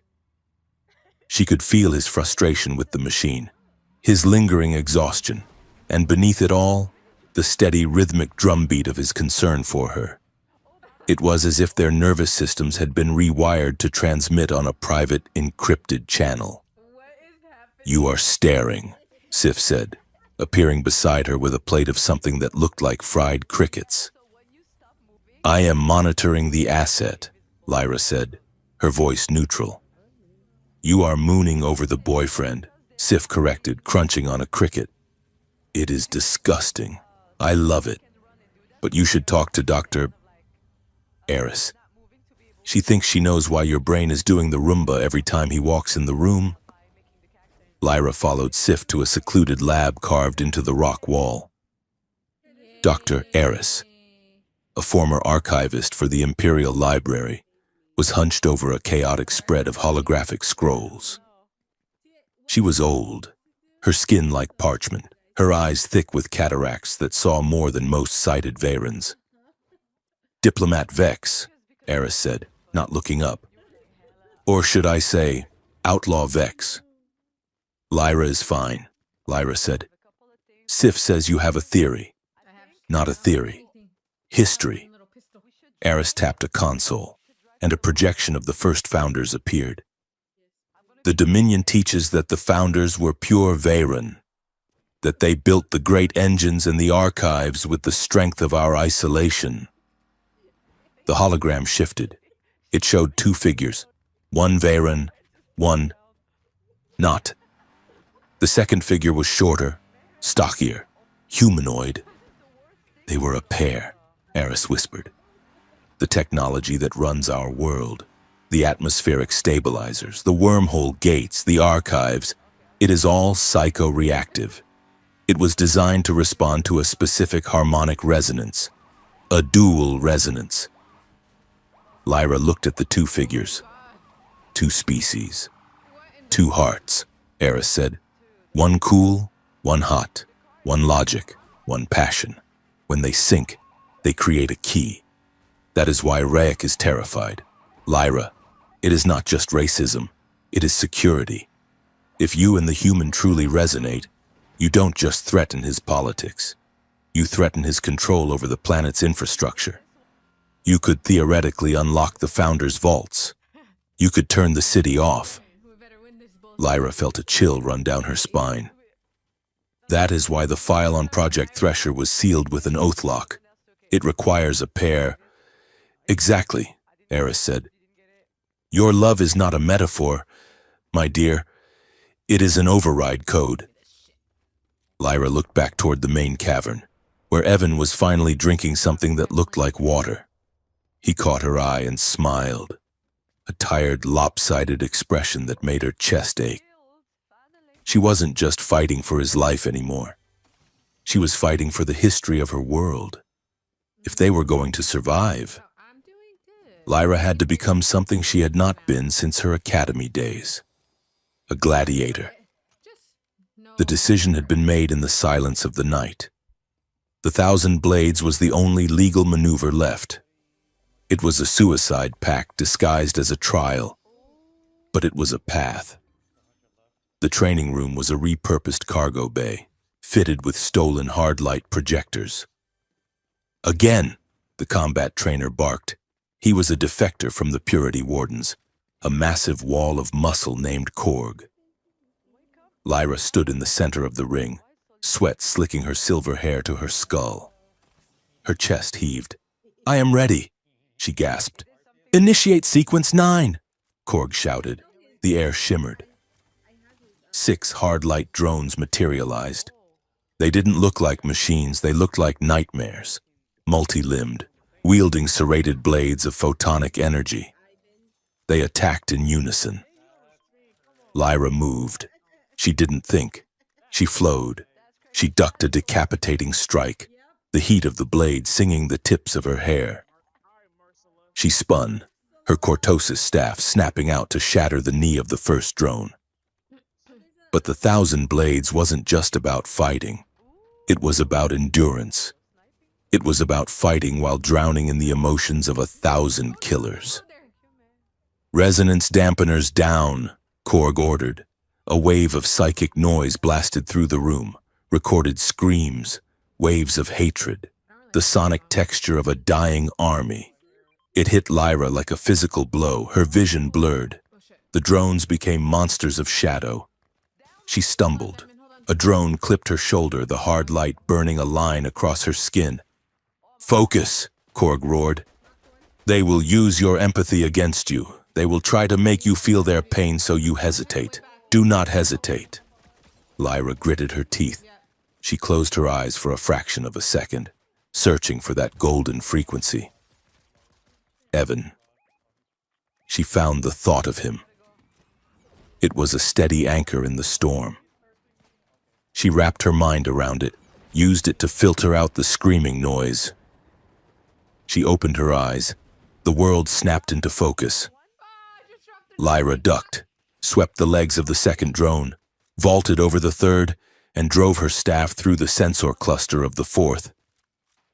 In 10 seconds, the floor was littered with dissolving light shards. She stood alone, breathing hard, blood trickling down her arm. "Acceptable," Korg grunted. "But that was 6. You need to fight 1,000. "I will be ready," Lyra said, wiping the blood away. While Lyra learned to kill, Sif was teaching Evan how not to die. They sat in the mess hall, surrounded by curious rebels. "The arena of vows is a theater," Sif explained, using a ration stick to draw diagrams on the table. "If Lyra is fighting, you will be in the box of the accused. You are the prize human. But you are also a prop. The cameras will be on you. If you look weak, Lyra looks weak. If you look scared, the crowd smells blood. So I should look heroic? Evan asked. No, Sif said. You should look bored. Varens respect arrogance. If you look like you are waiting for a bus, it drives them crazy. Bored. Got it? Now, Sif continued, if a guard tries to provoke you, you must insult him, but you cannot use human insults. Calling someone a jerk or a bastard here just sounds like you are listing genealogy. Okay, Evan said, teach me. Say this, Sif said, his eyes gleaming with mischief. May your shadows detach and flee from your stench. May your shadows detach and flee from your stench, Evan repeated. Good. Now try this one. It is very high court. Use it if a noble speaks to you. Sif whispered a phrase of guttural clicks and vowels. Evan nodded. He turned to a passing rebel, a tall, elegant woman carrying a crate of ammo. He wanted to practice his delivery. He stood up, looked her in the eye, and bowed slightly. Your mother was a hamster and your father smelt of elderberries, Evan said in Varen. Or that was what he thought he said. The woman dropped the crate. Her hand went to the knife at her belt. The entire room went silent. What did I say? Evan whispered to Sif. You told her that her exoskeleton is soft and her clanmates use her for target practice. Sif giggled. Also, you proposed marriage. The woman lunged. Run! Sif cackled. Evan scrambled over the table, dodging a thrown ration bar. I take it back. Your exoskeleton is very hard, very structural. Sif was laughing so hard he fell off his chair. You are going to be a legend, human, or a corpse. Probably a corpse. The laughter died down as the cycle waned. The enclave dimmed its lights to conserve power, leaving the cavern in a twilight of glowing moss and distant machinery. Lyra found a quiet room near the ventilation shafts. It was a small observation deck with a broken blast door that wouldn't fully close, leaving a gap of darkness. She sat on the metal floor, polishing her staff. Her hands were bruised. Her shoulder ached where the drone had burned her. Room service, a voice said. Evan slipped through the gap in the door. He was carrying a thermal flask and 2 clean cloths. I heard you took a hit, he said softly, sitting down beside her. It is nothing, Lyra said, not looking up. A scratch. Lyra, Evan said. He reached out and took the cloth from her hand. He dipped it in the warm water from the flask and gently touched it to the burn on her shoulder. Lyra hissed, her muscles seizing. Sorry, Evan whispered, but you have to clean it. He worked in silence, cleaning the soot and dried blood from her skin. His touch was careful, reverent. Lyra watched his hands. They were soft compared to hers, lacking the protective dermal ridges of her species. But they were steady. My father used to say that scars are just memory written in skin, Lyra said quietly. I have so many memories, Evan. I am tired of remembering fights. Then let's make a new memory, Evan said. Right now. He put the cloth down. The air in the small room grew heavy, charged with the static of the hum from the walls and the proximity of their bodies. I am afraid, Lyra admitted. It was the first time she had said it out loud. Not of the arena. I know how to bleed. I am afraid of this. She gestured between them. Why? Evan asked. Because it makes me reckless, Lyra said. When I am near you, I do not calculate the odds. I do not care about the politics. I just want to burn the world down to keep you safe. That is not how a diplomat thinks. That is how a fanatic thinks. Maybe, Evan said, or maybe it's just how a person thinks. He looked at her. his eyes dark and searching. I'm scared too. Lyra, I look at you and I see someone who is about to walk into a meat grinder for me. And I want to tell you to stop. I want to tell you to give me up, to save yourself. But I can't. Because the thought of losing you feels like stopping my own heart. Lyra turned to him. The distance between them was negligible. She could feel his breath on her cheek. Show me, she whispered. Show you what? The truth, Lyra said. No more words. Words can be lied. Words can be twisted. She raised her hands. Her fingers hovered just over his throat, right where the pulse beat against the skin. In Veyran culture, this was the pulse thread, a bonding ritual more intimate than sex, more binding than marriage. It was the synchronization of life force. This is dangerous, Evan warned, his voice shaking. I know, Lyra said. Freedom without truth is just a prettier cage. Evan, I am done with cages. She pressed her fingertips to his neck. He gasped, his hands coming up to cup her face, his thumbs brushing the high ridges of her cheekbones. Lyra closed her eyes and lowered her forehead until it rested against his. Contact. It wasn't a spark this time, it was a flood. Lyra's resonance surged, bridging the gap between their nervous systems. The room vanished. The war vanished. She was inside him. She felt his childhood, the smell of rain on concrete, the fear of the dark, the laughter of a friend. She felt his loneliness, a cold, hollow ache that he carried like a stone. And then, she felt the moment he saw her on the platform. The shock, the sudden blinding realization that the universe had just gotten brighter. And he felt her.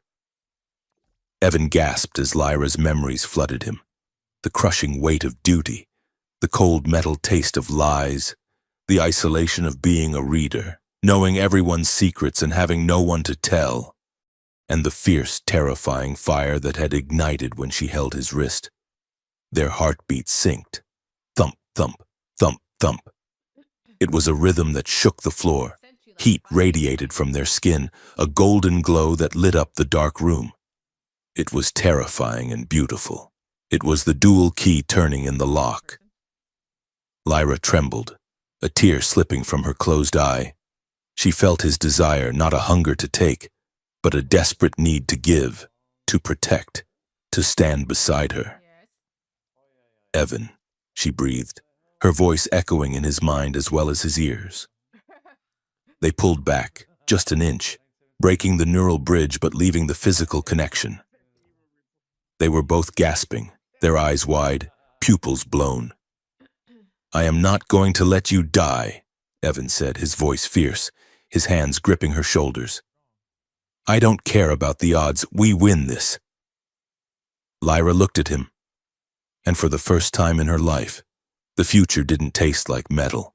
It tasted like fire. We win this, she agreed. She leaned in and kissed him.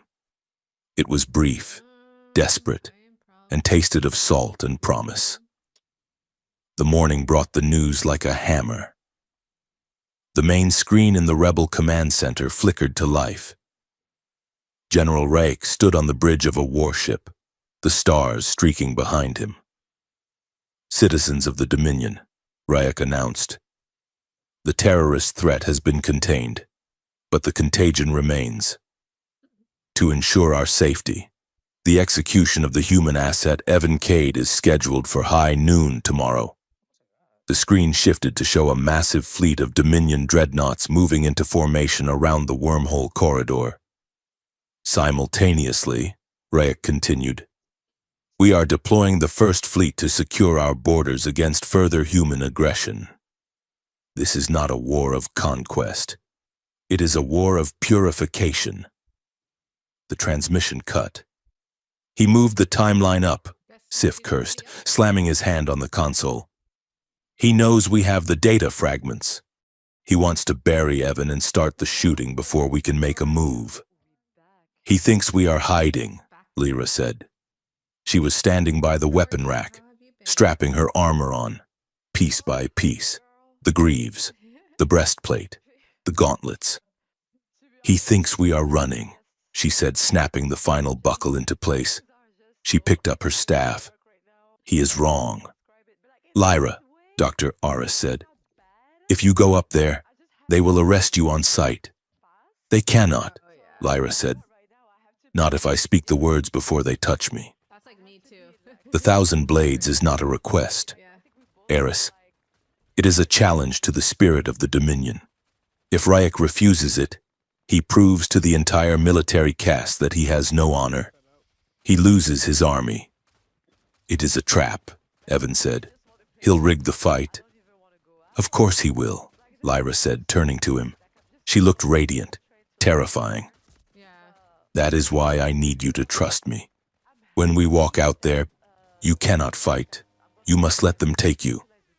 I know. Evan went pale. "What?" "To invoke the trial, the accused must be in the custody of the court." Lyra explained, "You are the wager. Evan, if I am to fight for your life, I must put your life in their hands first." Evan stared at her. It was madness. It was asking him to walk willingly into the hands of the man who wanted to execute him. He looked at Sif. He looked at the rebels. Then he looked at Lyra. He felt the echo of the pulse thread, the steady thrum of her certainty. "Okay," Evan said. "Lead the way." The plaza of the Ascendant was empty, save for the wind whistling through the crystal spires. The suns were high, beating down on the white stone. Lyra Vex walked into the center of the square. Evan walked beside her, his hands raised in surrender. The security drones descended instantly. Red lasers dotted their chests. "Halt!" a voice boomed from the perimeter speakers. "You are identified as fugitives. Surrender or be terminated." Lyra didn't stop until she was standing on the Great Seal of the Dominion, a massive mosaic of the founders inlaid in the plaza floor. She slammed the butt of her staff against the stone. The sound cracked like a gunshot. Lyra Vex, diplomat of the High Spire, daughter of House Vex," she screamed, her voice amplified by her armor's speakers. Troopers poured out of the palace gates, surrounding them, hundreds of them.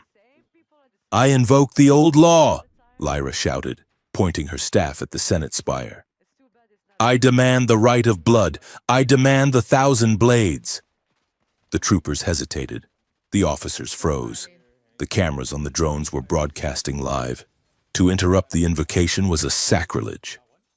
"My demand is simple," Lyra roared. "The exoneration of Evan Cade and the truth of Project Thresher." General Rake appeared on the balcony of the palace, looking down at them like a god on a cloud. He gripped the railing, his knuckles white. He wanted to order the fire. He wanted to turn them into ash. But the city was watching. The army was watching. If he killed a high-caste diplomat invoking the sacred law, he would look like a tyrant, not a savior. Reich smiled, a cruel, thin smile. "Accepted," Reich's voice boomed across the plaza. He gestured to the guards. "Secure the prize." The guards moved in on Evan. They grabbed him roughly, pulling his arms behind his back. They slapped magnetic cuffs on his wrists. Lyra didn't move. She stood rigid, staring straight ahead, tears of rage burning in her eyes but refusing to fall. "I'll see you at the finish line," Evan called out as they dragged him away. He didn't struggle. He held his head high, looking every bit the defiant anomaly he was. "Open the arena," Reich commanded. The Arena of Vows was a coliseum of black metal, capable of seating 100,000. Today, it was full. The noise was a physical wall of sound, cheering, jeering, the stomp of feet. At the far end, in a suspended glass cage that hung over the center of the fighting pit, Evan stood. He pressed his palm against the glass. He was the only silent thing in the world. Below him, the massive gates ground open. The darkness of the tunnel swallowed the light. Lyra Vex walked out. She was alone. One woman against an empire. Across the sand, the opposing gates opened. The first wave emerged. 50 soldiers. They were not drones. They were elite shock troopers, clad in heavy armor, wielding shock mauls and vibro blades. They ignited their weapons in unison, a hum of lethal energy. Lyra spun her staff. She looked up at the glass cage. She couldn't see Evan's face clearly from this distance, but she could feel him. A single, bright star in the black sky of her mind. Thump, thump. She took a breath. "Come and get it," she whispered. She charged. The sand of the arena of vows was white, a crushed quartz that glittered under the harsh double suns. By the 20th minute, it was stained with shimmering blue fluid. Lyra Vex moved through the chaos like a storm front. The first wave of 50 warriors had been a blunt instrument, brute force intended to crush her quickly. She had turned their aggression against them, weaving through their heavy swings, using her cortosis staff to trip, shatter, and disarm. Now, the Dominion was getting creative. The gates rumbled open for the second wave. These were not soldiers. They were blade dancers from the Icelian moons, 6 of them, moving with a fluid insectoid grace. They wore light armor and carried dual energy whips that snapped with the sound of cracking thunder. They circled her, their movements synchronized by a neural link. Lyra stood in the center, her breath coming in ragged gasps. She gripped her staff, her knuckles white. She closed her eyes for a fraction of a second, engaging her resonance. She felt them, a hive mind, a singular buzzing intent to dissect her. The first whip cracked, aiming for her throat. Lyra ducked, the heat singing the air above her head. She didn't counterattack. She waited. The dancers spun, a kaleidoscope of lethal light. They relied on perfect rhythm. Lyra gathered a ball of psychic pressure in her chest, her own fear, her rage, her exhaustion, and pushed it outward in a screaming pulse. It wasn't a physical attack. It was an emotional dissonant chord. The dancers stumbled, their neural link fractured under the sudden spike of foreign panic. One dancer missed a step, his whip crossing the path of another. The rhythm broke. Lyra lunged. She vaulted off the stumbling dancer's knee, swinging her staff in a wide arc. The impact against their helmets rang like a bell. 1 down, 2 down. She fought not with hatred, but with a surgeon's precision.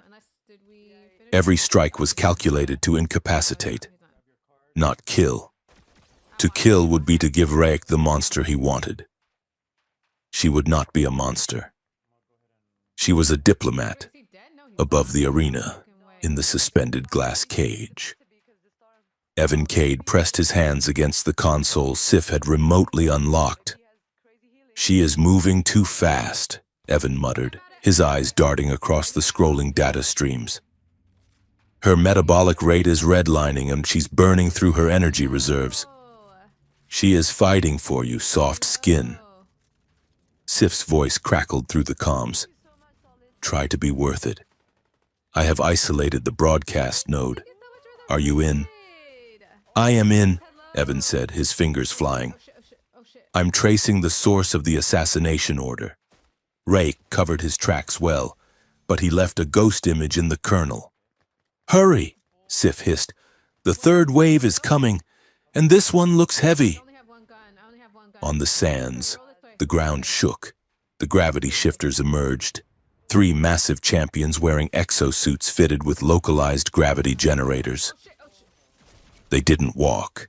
They fell forward, manipulating the gravitational constant to launch themselves at impossible speeds. The lead shifter slammed his fist into the ground. A shockwave of distorted gravity hit Lyra, sending her flying backward. She crashed into the arena wall, the stone cracking behind her. Pain exploded in her spine. She tasted metal. The shifter charged, effectively weighing 3 tons. Lyra couldn't block that. If she tried, her bones would turn to dust.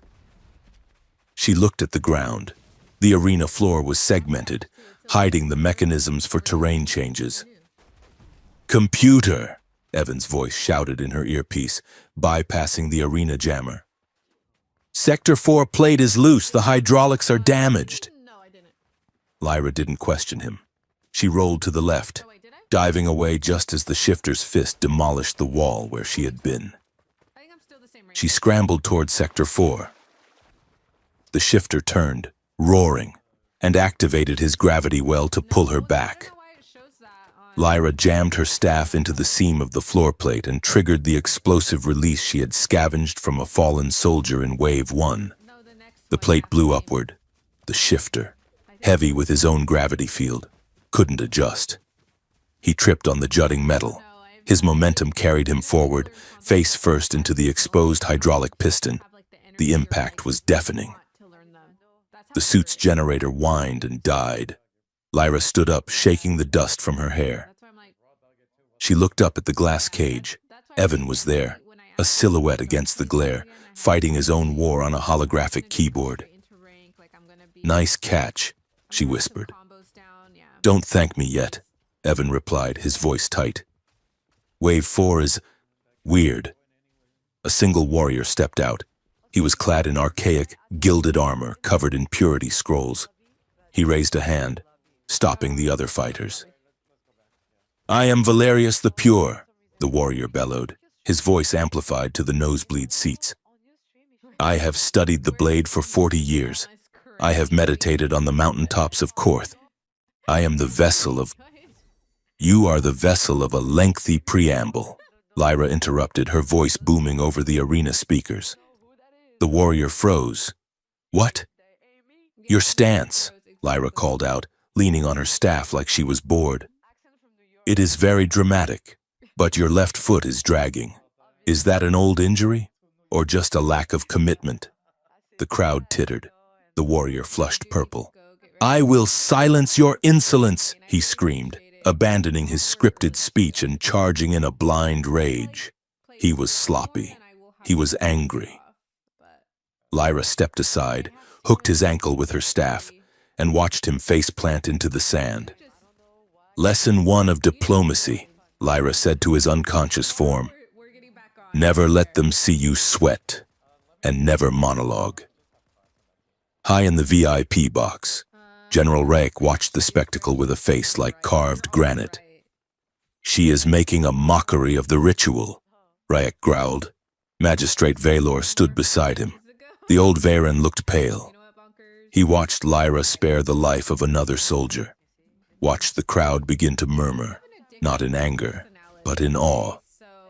"She is winning them over," Valor whispered. "General, this was a mistake. If she completes the 1,000 blades, we are bound by the law. We have to grant her demand." "We are bound by nothing," Rayek snapped. "The people believe in the law," Valor insisted, panic rising in his voice. "If we break the covenant openly, the outer colonies will revolt. We must stop this. Declare a mistrial. Say the atmospheric scrubbers failed." Rayek turned slowly to look at the magistrate. "You are suggesting we show weakness," Rayek said softly. "I am suggesting we survive," Valor hissed. "The girl has the evidence. Rayek, I signed the order because you told me it was necessary for security. But I did not sign up for a civil war." "No," Rayek said, drawing his sidearm. "You signed up to be a patriot, and patriots make sacrifices." Valor's eyes widened. "General, wait!" Rayek fired. A single silent beam of coherent light burned through Valor's chest. The magistrate crumpled to the plush carpet. Rayek holstered his weapon and tapped his comm link. "Magistrate Valor has been assassinated by a rebel sleeper agent within the box," Rayek said calmly to his security chief. "Lock down the spire and tell the arena masters to initiate Protocol 0. He looked down at Lyra, who was fighting Wave 112. "Finish her," he whispered. By the 5th hour, Lyra was dying. Her armor was a ruin of shredded ceramic and exposed wiring. Her left eye was swollen shut. Her breath came in wet, rattling wheezes. She dropped to one knee as a mech-limbed berserker swung a hammer at her head. She rolled, the wind of the weapon stirring her hair, and thrust her staff into the joint of the machine's knee. It fell. She tried to stand, but her legs refused. She retched, vomiting a splatter of iridescent, shimmering blood onto the white sand. It was a sign of resonant failure. Her nervous system was burning out. The crowd saw the blood. "She bleeds!" a voice screamed from the stands. "Traitor's blood! Kill her! Kill the witch!" The sound of their hate was a physical weight. It pressed down on her shoulders, heavier than gravity. Lyra looked up at the stands. Thousands of faces twisted in jeering ecstasy. They wanted her dead. They didn't care about the truth. They just wanted the show to end. Darkness crept into the edges of her vision. Her resonance dimmed, the bright world fading to gray. "I can't," she thought. "I can't do this." And she was alone, just a girl with a stick fighting a mountain. Then, the static in her ear cleared. "Lyra." It was Evan. His voice wasn't panicked anymore. It was low, steady, and incredibly intimate.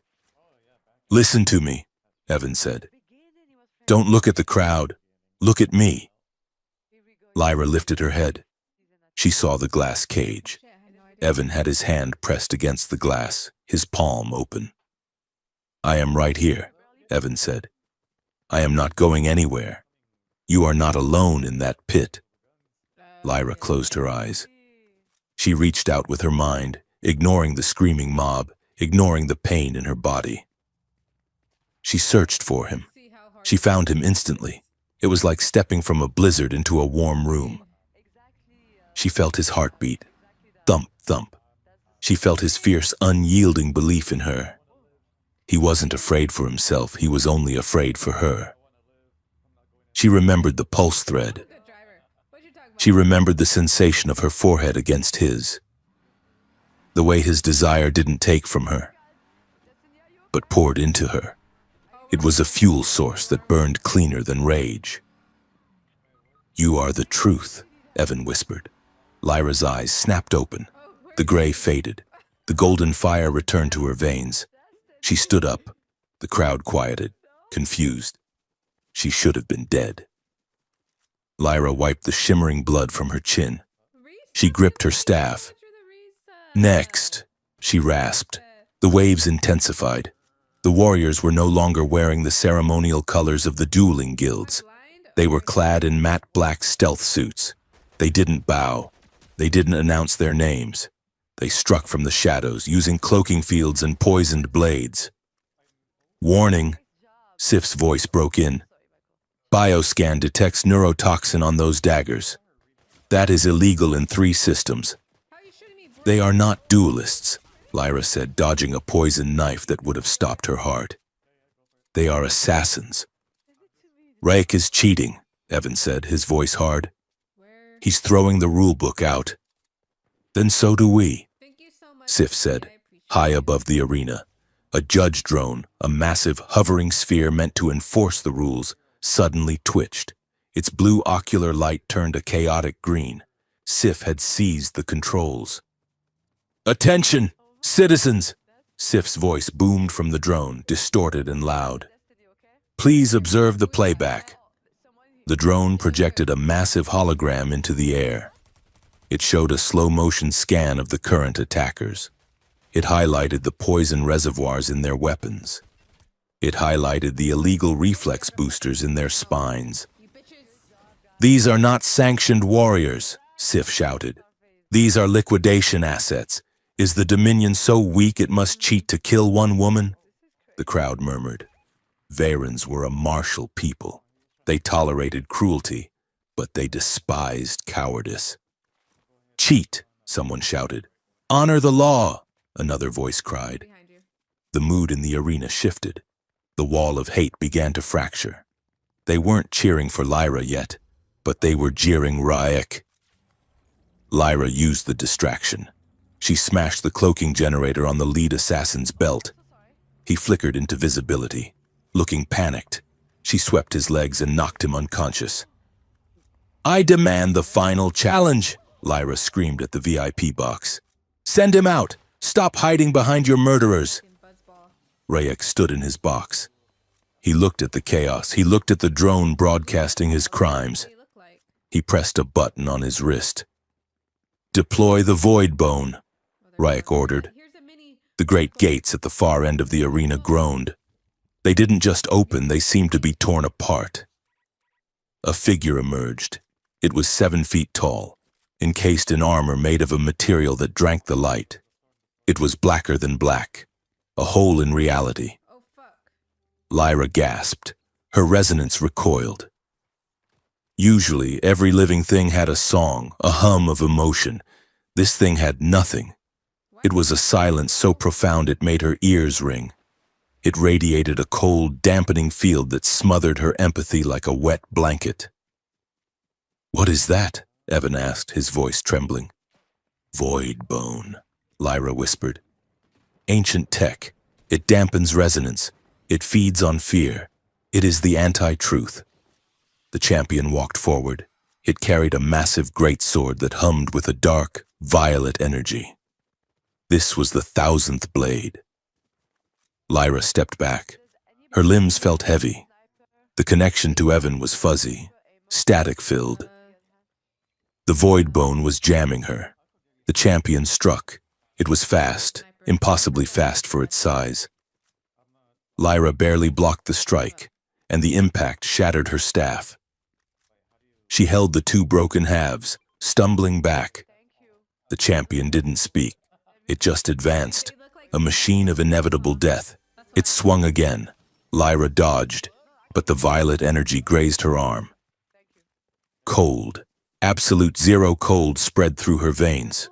It wasn't physical cold, it was emotional numbness. She felt her will to fight draining away. "Lyra!" Evan shouted, but his voice sounded miles away. She fell to the sand.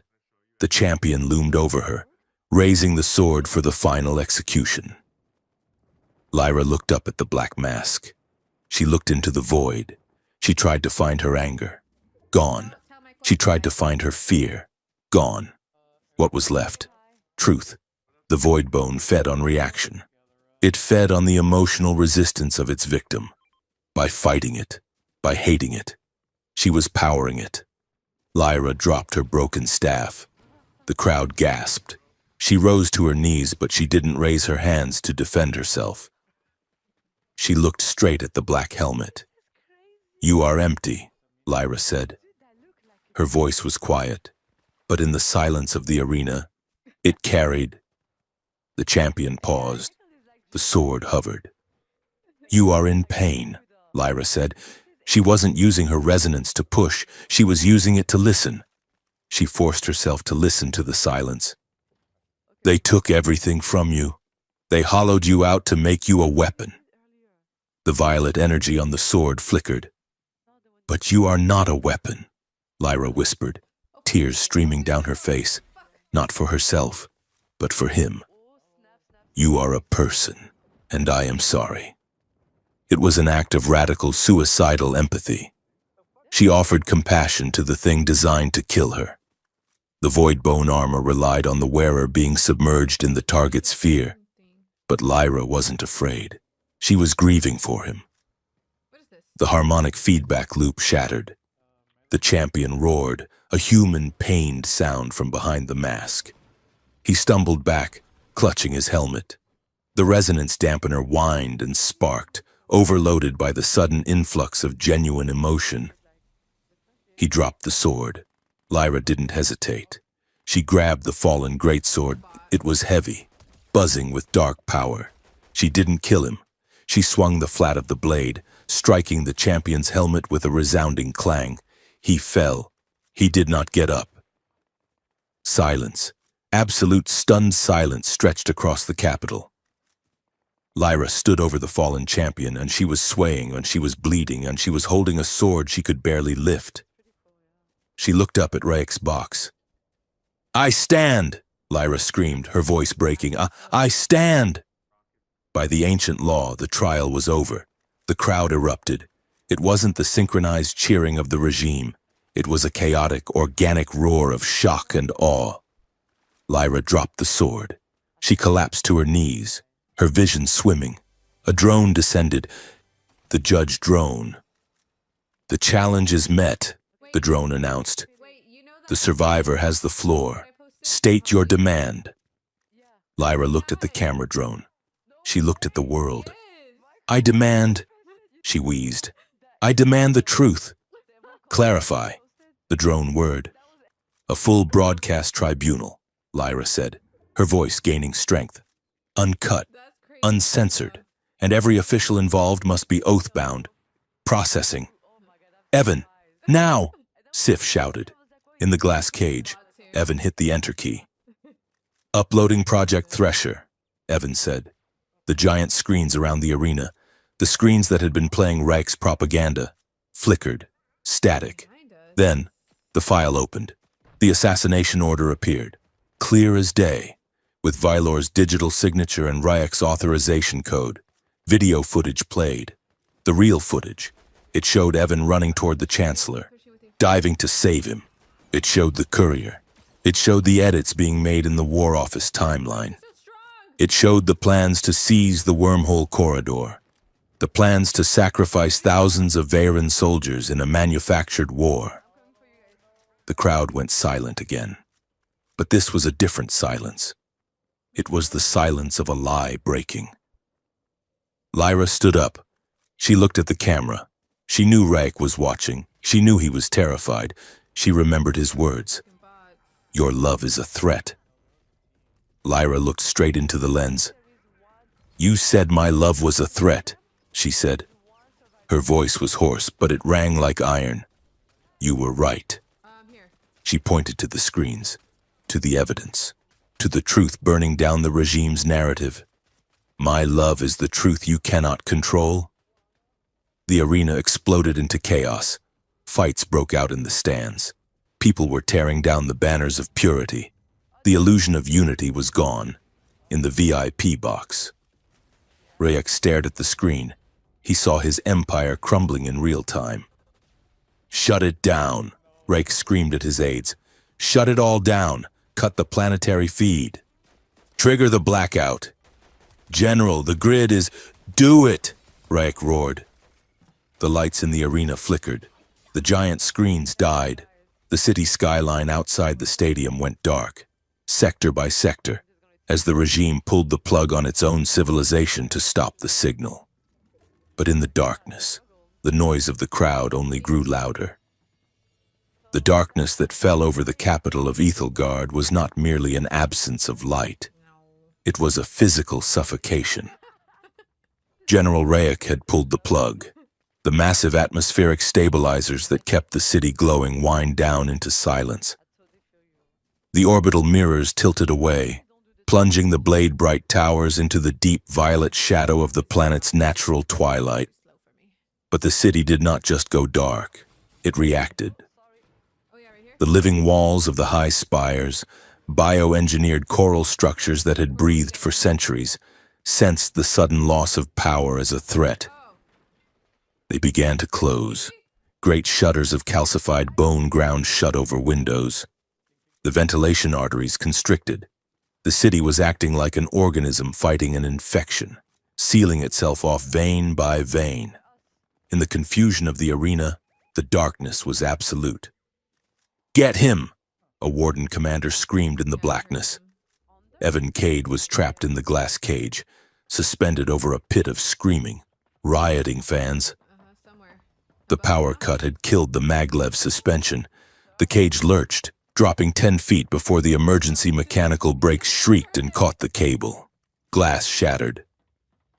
Evan was thrown against the console. Sparks showered his face. He scrambled to his feet, coughing in the acrid smoke. "Sif!" Evan yelled into his comms. "I am dangling in a glass box over a riot. Options? Option A." Sif's voice crackled, barely audible over the jamming static. "Die with dignity. Option B. Jump to the maintenance gantry on your left. You have 3 seconds before the brakes fail. Evan looked to his left. Fuck. A rusted metal catwalk jutted out from the darkness, To be honest. barely visible in the strobe of dying emergency lights. It was 6 feet away. The cage groaned, metal sheared. Evan didn't think. He ran 2 steps and launched himself through the shattered panel. He hit the grating hard, the impact knocking the wind out of him. Behind him, the glass cage tore free and plummeted into the crowd below. The sound of the crash was lost in the roar of the mob. "I am alive!" Evan gasped. "Where is Lyra?" "She is in the pit," Sif said. "My team is moving to extract her. But the purity wardens are sweeping the sands with thermal optics. If they find her, they will execute her on the spot." "Get me down there," Evan ordered, scrambling up the ladder. "I am not leaving without her." "You are an idiot," Sif said, sounding strangely affectionate. "Head for Sector 7. We just blew a hole in the floor." The extraction was a blur of violence and shadow. Evan met the rebel strike team in the service tunnels beneath the arena. They were dragging Lyra. She was conscious, but barely. Her armor was gone, stripped away to allow the medics to access her injuries. Her skin was pale. The bioluminescent glow of her resonance dimmed to a faint, flickering pulse. "Evan," she whispered as he knelt beside her. Not letting me. Her hand reached out, trembling, stained with the shimmering blue blood of her people. "I've got you," Evan said, gripping her hand. "We're leaving. Yeah, I'm watching. Sif has a shuttle prepped." "No," Lyra rasped. She tried to sit up, but the effort made her wince. "We cannot leave. Not yet." "Lyra, you are dying," Evan said, his voice cracking. "You fought 1,000 soldiers. You won. It's over." "It is not over," Lyra insisted. Her eyes, swollen and bruised, burned with a terrifying clarity. "Reich cut the feed. The people saw the truth, but he is trying to erase it. If we flee now, he spins the narrative. He says we were terrorists who hacked the system. He executes you in absentia and declares war on the coalition." "She is right," Sif said, stepping out of the shadows. The information broker was bleeding from a cut on his forehead, holding a stolen plasma rifle. "The Senate is fracturing. Half of them want Reich's head. The other half are terrified of the fleet. Reich has ordered the first fleet to fire on the wormhole outpost in 20 minutes. Once the shooting starts, the truth won't matter. We have to finish the proof chain," Lyra said. "We have to make the truth permanent." Right here on the right. "How?" Evan asked. He's down. "The grid is down. The satellites are blind." Lyra looked at him. She squeezed his hand. "The shrine," she said. "The archive." That's how we're ending. The city was a nightmarescape of locked doors and prowling drones as they moved through the underlayers. Good stream. But something strange was happening. Thank you so much for As they your- approached the district of the old shrine, Good night. the air began to hum. Saturday's gonna be fun. It wasn't the mechanical hum of generators, it was the deep, resonant vibration of the planet itself. Okay. I "Do you have- feel that?" have to wait Evan for asked, this. rubbing his chest. "It is the pulse thread," We are Lyra playing whispered. tomorrow. She was leaning heavily on Evan, her weight practically dead against his side. Okay. When we connected at the shrine, when we synced our heartbeats to the oath lock, we did not just open a file. Evan, we woke it up. Let's see. I gotta find They burst into the something. cavern of the shrine of the weeping sun. I The space was no longer dark. The stone walls were glowing with a blinding golden light. The ancient moss had turned incandescent. The air was thick with static electricity, making their hair stand on end. "The founders left a failsafe," Lyra said, stumbling toward the altar. "They knew that one day, the Dominion might lose its way. They knew we might forget where we came from." She slumped against the stone altar. "They built a beacon," Lyra said. "A resonant beacon. It doesn't use radio waves. It uses the psychic field of the Veyron people. It projects memory directly into the mind." And it needs a key, Evan realized. It needs us, Lyra said. The dual harmonic, the logic and the passion, the human and the alien. She looked at him. If we do this, Lyra warned, there is no going back. It will shatter the purity doctrine forever. It might break the minds of half the population. Better a broken mind than a shackled one, Evan said. He took her hand. He placed his other hand on the glowing altar. Lyra did the same. Together, she whispered. They closed their eyes. Contact. It wasn't like the first time. It was an explosion. The energy surged through Evan, a river of white-hot light. He felt Lyra's pain, her exhaustion, and her indomitable will. And then, he felt something else. He felt the planet. The signal blasted outward from the shrine. It moved through the bedrock, up the crystal spires, into the atmosphere. It bypassed the jammed frequencies and the darkened screens. It hit every living Veyron in the city. In the streets, rioting citizens froze. In the barracks, soldiers dropped their weapons, clutching their heads. The sky above the capital lit up, not with electricity, but with a massive atmospheric hologram projected by the city's own geomagnetic field. Two figures appeared in the sky, towering over the spires. One was a Veyron female, tall and shimmering. The other was a human male, short and scarred. They were holding hands. A voice, deeper than thunder, echoed across the capital. It spoke in the ancient tongue, but the meaning was pushed directly into the thoughts of the listeners. We are the seed, the voice boomed. We are the root. There is no purity. There is only unity. The hologram shifted. It showed the history of the Dominion. It showed the first ships arriving, refugee ships from a human war, saved by Veyron mystics. It showed the intermingling of bloodlines, the shared technology, the centuries of cooperation that had been erased by revisionist history. The Veyron people were not pure. They were hybrids. Their technology, their culture, their very strength came from the union of two species. Purity was a lie. In the shrine. Evan and Lyra gasped, breaking the connection. The hologram remained, self-sustaining now, looping the truth across the heavens. Sif walked over to the cave entrance and looked up at the sky. He laughed, a ragged, hysterical sound. Look at that, Sif said, wiping blood from his eye. The entire Dominion is collapsing. The religion is dead, and the government is on fire. He turned to Evan and Lyra. And it is all because two idiots fell in love in the wrong century. Evan slumped against the altar, catching his breath. Sounds about right. Don't get comfortable, Sif warned, checking his scanner. That signal just pinpointed our location to every military asset in the hemisphere. Ryek is coming. Let him come, Lyra said.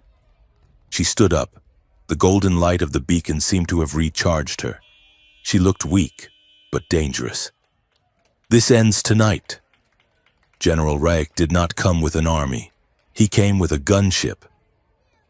The heavy transport roared over the open roof of the cavern, its downdraft whipping up a storm of dust.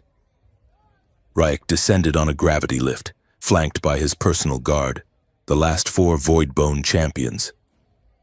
He looked insane. His uniform was disheveled, his eyes wild. He had lost his city. He had lost his narrative. All he had left was violence. You ruined it, Ryek screamed, his voice barely audible over the engine noise. You polluted everything. We fixed it, Lyra shouted back. Look at the sky. General, look at your history.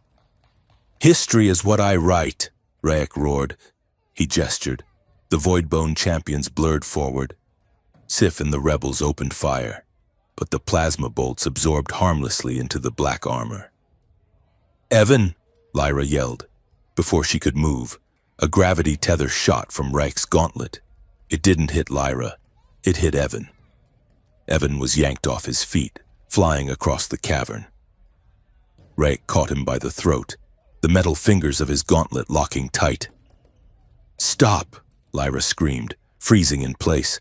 Rayek held Evan up like a rag doll. He pressed the barrel of his sidearm to Evan's temple. "The fleet is holding fire," Rayek snarled. "They are confused by your little light show. But I still have the command codes. I can incinerate the human outpost with one word." He looked at Lyra. "Renounce him," Rayek commanded, "so get on your knees. Tell the galaxy that this archive is a fabrication. Tell them you forged it. Tell them he forced you." "Lyra, don't," Evan choked out, clawing at the metal hand crushing his windpipe. "If you do not," Rayek hissed, "I will paint this shrine with his brains, and then I will burn the corridor anyway." The rebels lowered their weapons. Sif looked helpless. Lyra stood alone in the center of the cavern. The golden light of the Founders washed over her. She looked at Evan. He was going to die. If she lied, she could save him for a moment. She could buy him a breath. But she looked at his eyes. There was no pleading in them. There was terror, yes. But there was also a fierce, stubborn demand. He was telling her no. "Choose what you can live with." Evan gasped. "Do not let him own you, Lyra. Do not let him own the truth." He was refusing to be her weakness.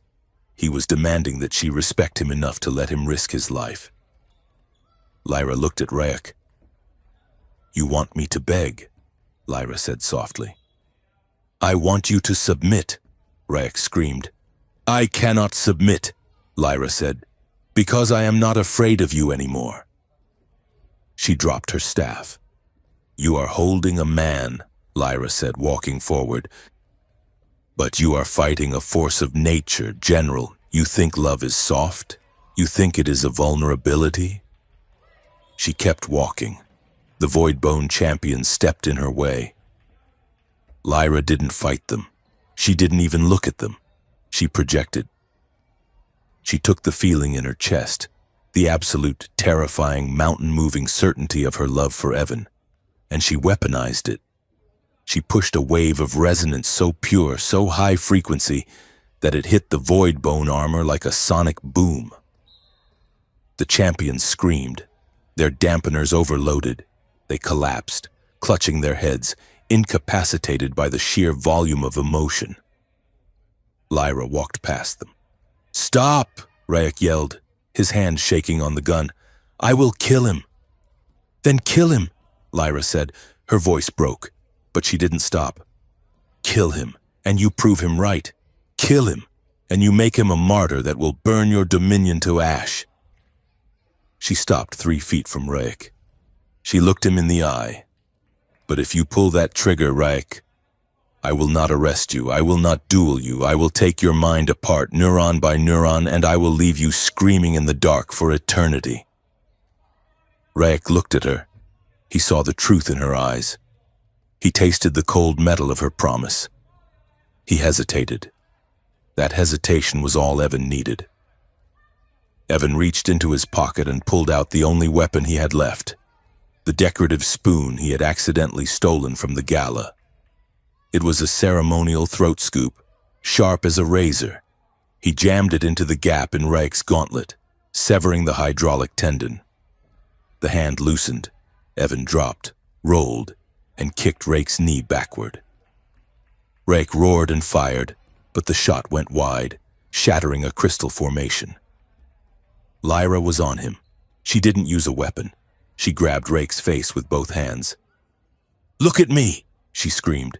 She forced a resonance link. Rayek wasn't a reader.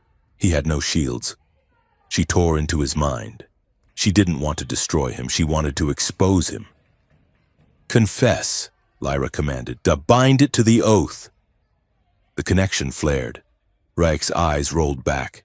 His mouth opened, and words spilled out, not his scripted propaganda, but the raw, ugly contents of his soul.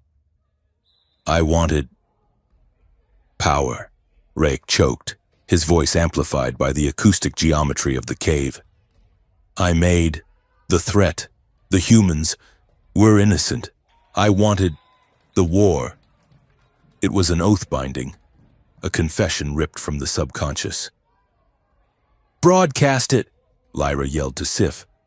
Sif hit the transmit key on his portable rig, patching the audio into the global feed that was still projecting the founders.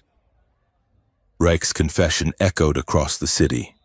Every soldier, every citizen, every senator heard the general admit to the treason. Reich collapsed as Lyra released him. He fell to the stone floor, weeping, not from remorse, but from the total shattering of his ego. The comms unit on Reich's belt chirped. "General?" a voice asked. It was the admiral of the First Fleet. "We heard the transmission on standing down. We are standing down. We will not fire." Lyra stood over the broken general. She was shaking. Her energy was gone. She swayed, the world tilting. Evan was there. He caught her before she hit the ground. "I got you," he whispered, holding her tight. "I got you." Lyra buried her face in his neck. She didn't cry. She just breathed. "It is done," she whispered. The aftermath was not a parade. It was a cleanup. The days that followed were a blur of tribunals, emergency Senate sessions, and the slow, painful process of rebooting a civilization. Reich was imprisoned in the very vault he had built for Evan. The purity wardens were disbanded. The city of Ethelgard remained dark for 3 days while the engineers purged the isolation protocols from the living walls. But when the lights came back on, they felt different, less clinical, warmer. The truth did not fix everything instantly. There were riots. There were traditionalists who refused to believe the founder archives, calling them a rebel trick. There was grief for the lives lost in the arena and the purges. But the bleeding had stopped. Lyra Vex sat on a bench in the newly reopened botanical gardens. She was wearing civilian clothes, a simple tunic of blue silk. Her armor was in repair. Her title had been restored, but she hadn't decided if she wanted it back. Evan walked up the path. He walked with a cane. His leg was still healing from the drop in the arena. "Hey," he said, sitting down next to her. "Hey," Lyra replied. They sat in silence for a moment, watching the strange bioluminescent flora sway in the breeze. "The Senate voted this morning," Evan said. "They are establishing a new protocol for the diplomatic corps, cross-species integration. They want me to head the human delegation to draft the new trade agreement." "That is good," Lyra said. "You are good at trade. You know how to haggle." "I also know how to accidentally insult grandmothers," Evan smiled. "That is a valuable skill." Lyra noted, "It keeps people humble." Evan turned to her. He looked serious. "They also passed the Vex Act," he said. "Truth review. No single reader can preside over a high-stakes trial anymore. It has to be a panel. 3 resonants. To prevent corruption." "It was necessary," Lyra said. "I proved that one person can break the system. We cannot rely on heroes. Evan, heroes break. We need laws that work when the heroes are tired." "Are you tired?" Evan asked softly. Lyra looked at him. She looked at the lines of exhaustion around his eyes, the gray hairs that hadn't been there a week ago. "Yes," she admitted, "but I am also awake." She reached out and took his hand. It was a public place. People were watching. A week ago, this would have been a death sentence. Now, it was just a scandal. "So," Evan said, lacing his fingers with hers. "What are we? Diplomats? Allies? Co-conspirators?" "We are none of those things," Lyra said. "Those are titles. Titles are for people who need permission to exist." She leaned in, her shoulder brushing his. "We are just us, honest, risky, complicated." "I like complicated," Evan said. "Complicated I can work with." They returned to the shrine of the Weeping Sun one last time before the official peace ceremony. The cavern was quiet now. The Founder's beacon had dimmed to a soft, ambient glow, its job done. The hologram in the sky had faded, leaving the stars visible through the open roof. Lyra walked to the spot where they had stood against Rake.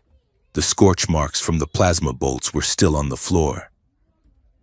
"You saved my life here," Evan said, standing beside her. "You refused to let me go." "And you refused to let me own you," Lyra replied. "That was the harder choice." She turned to him. In the quiet of the cave, her resonance was calm. She felt him, clear, bright, and steady. "Rake was right about one thing," Lyra whispered. "Love is terrifying when it makes you vulnerable. It gives you something to lose." She looked up at his face, memorizing the map of his scars. "It is a threat to the part of you that wants to be safe, to be untouched." Evan stepped closer. He placed his hands on her waist. He didn't use the pulse thread. He didn't need the psychic link. He just needed to look at her. "Love isn't a threat, Lyra," Evan said softly. "Unless fear needs it to be." Lyra smiled. It was a true smile, one that reached her eyes and warmed the air between them. "Then I am done with fear," she said. "Good," Evan answered, leaning his forehead against hers. "Because I'm staying, not as your weakness, but as your ally." "And," Lyra prompted, hearing the truth waiting in his chest. "And," Evan whispered, closing the distance, "as the idiot who fell in love in the wrong century." Lyra laughed, a sound that echoed off the ancient walls, brighter than any crystal spire. "The century is young," she said. "We will rewrite it." She kissed him, and in the silence of the shrine, surrounded by the ghosts of the past, they began the future.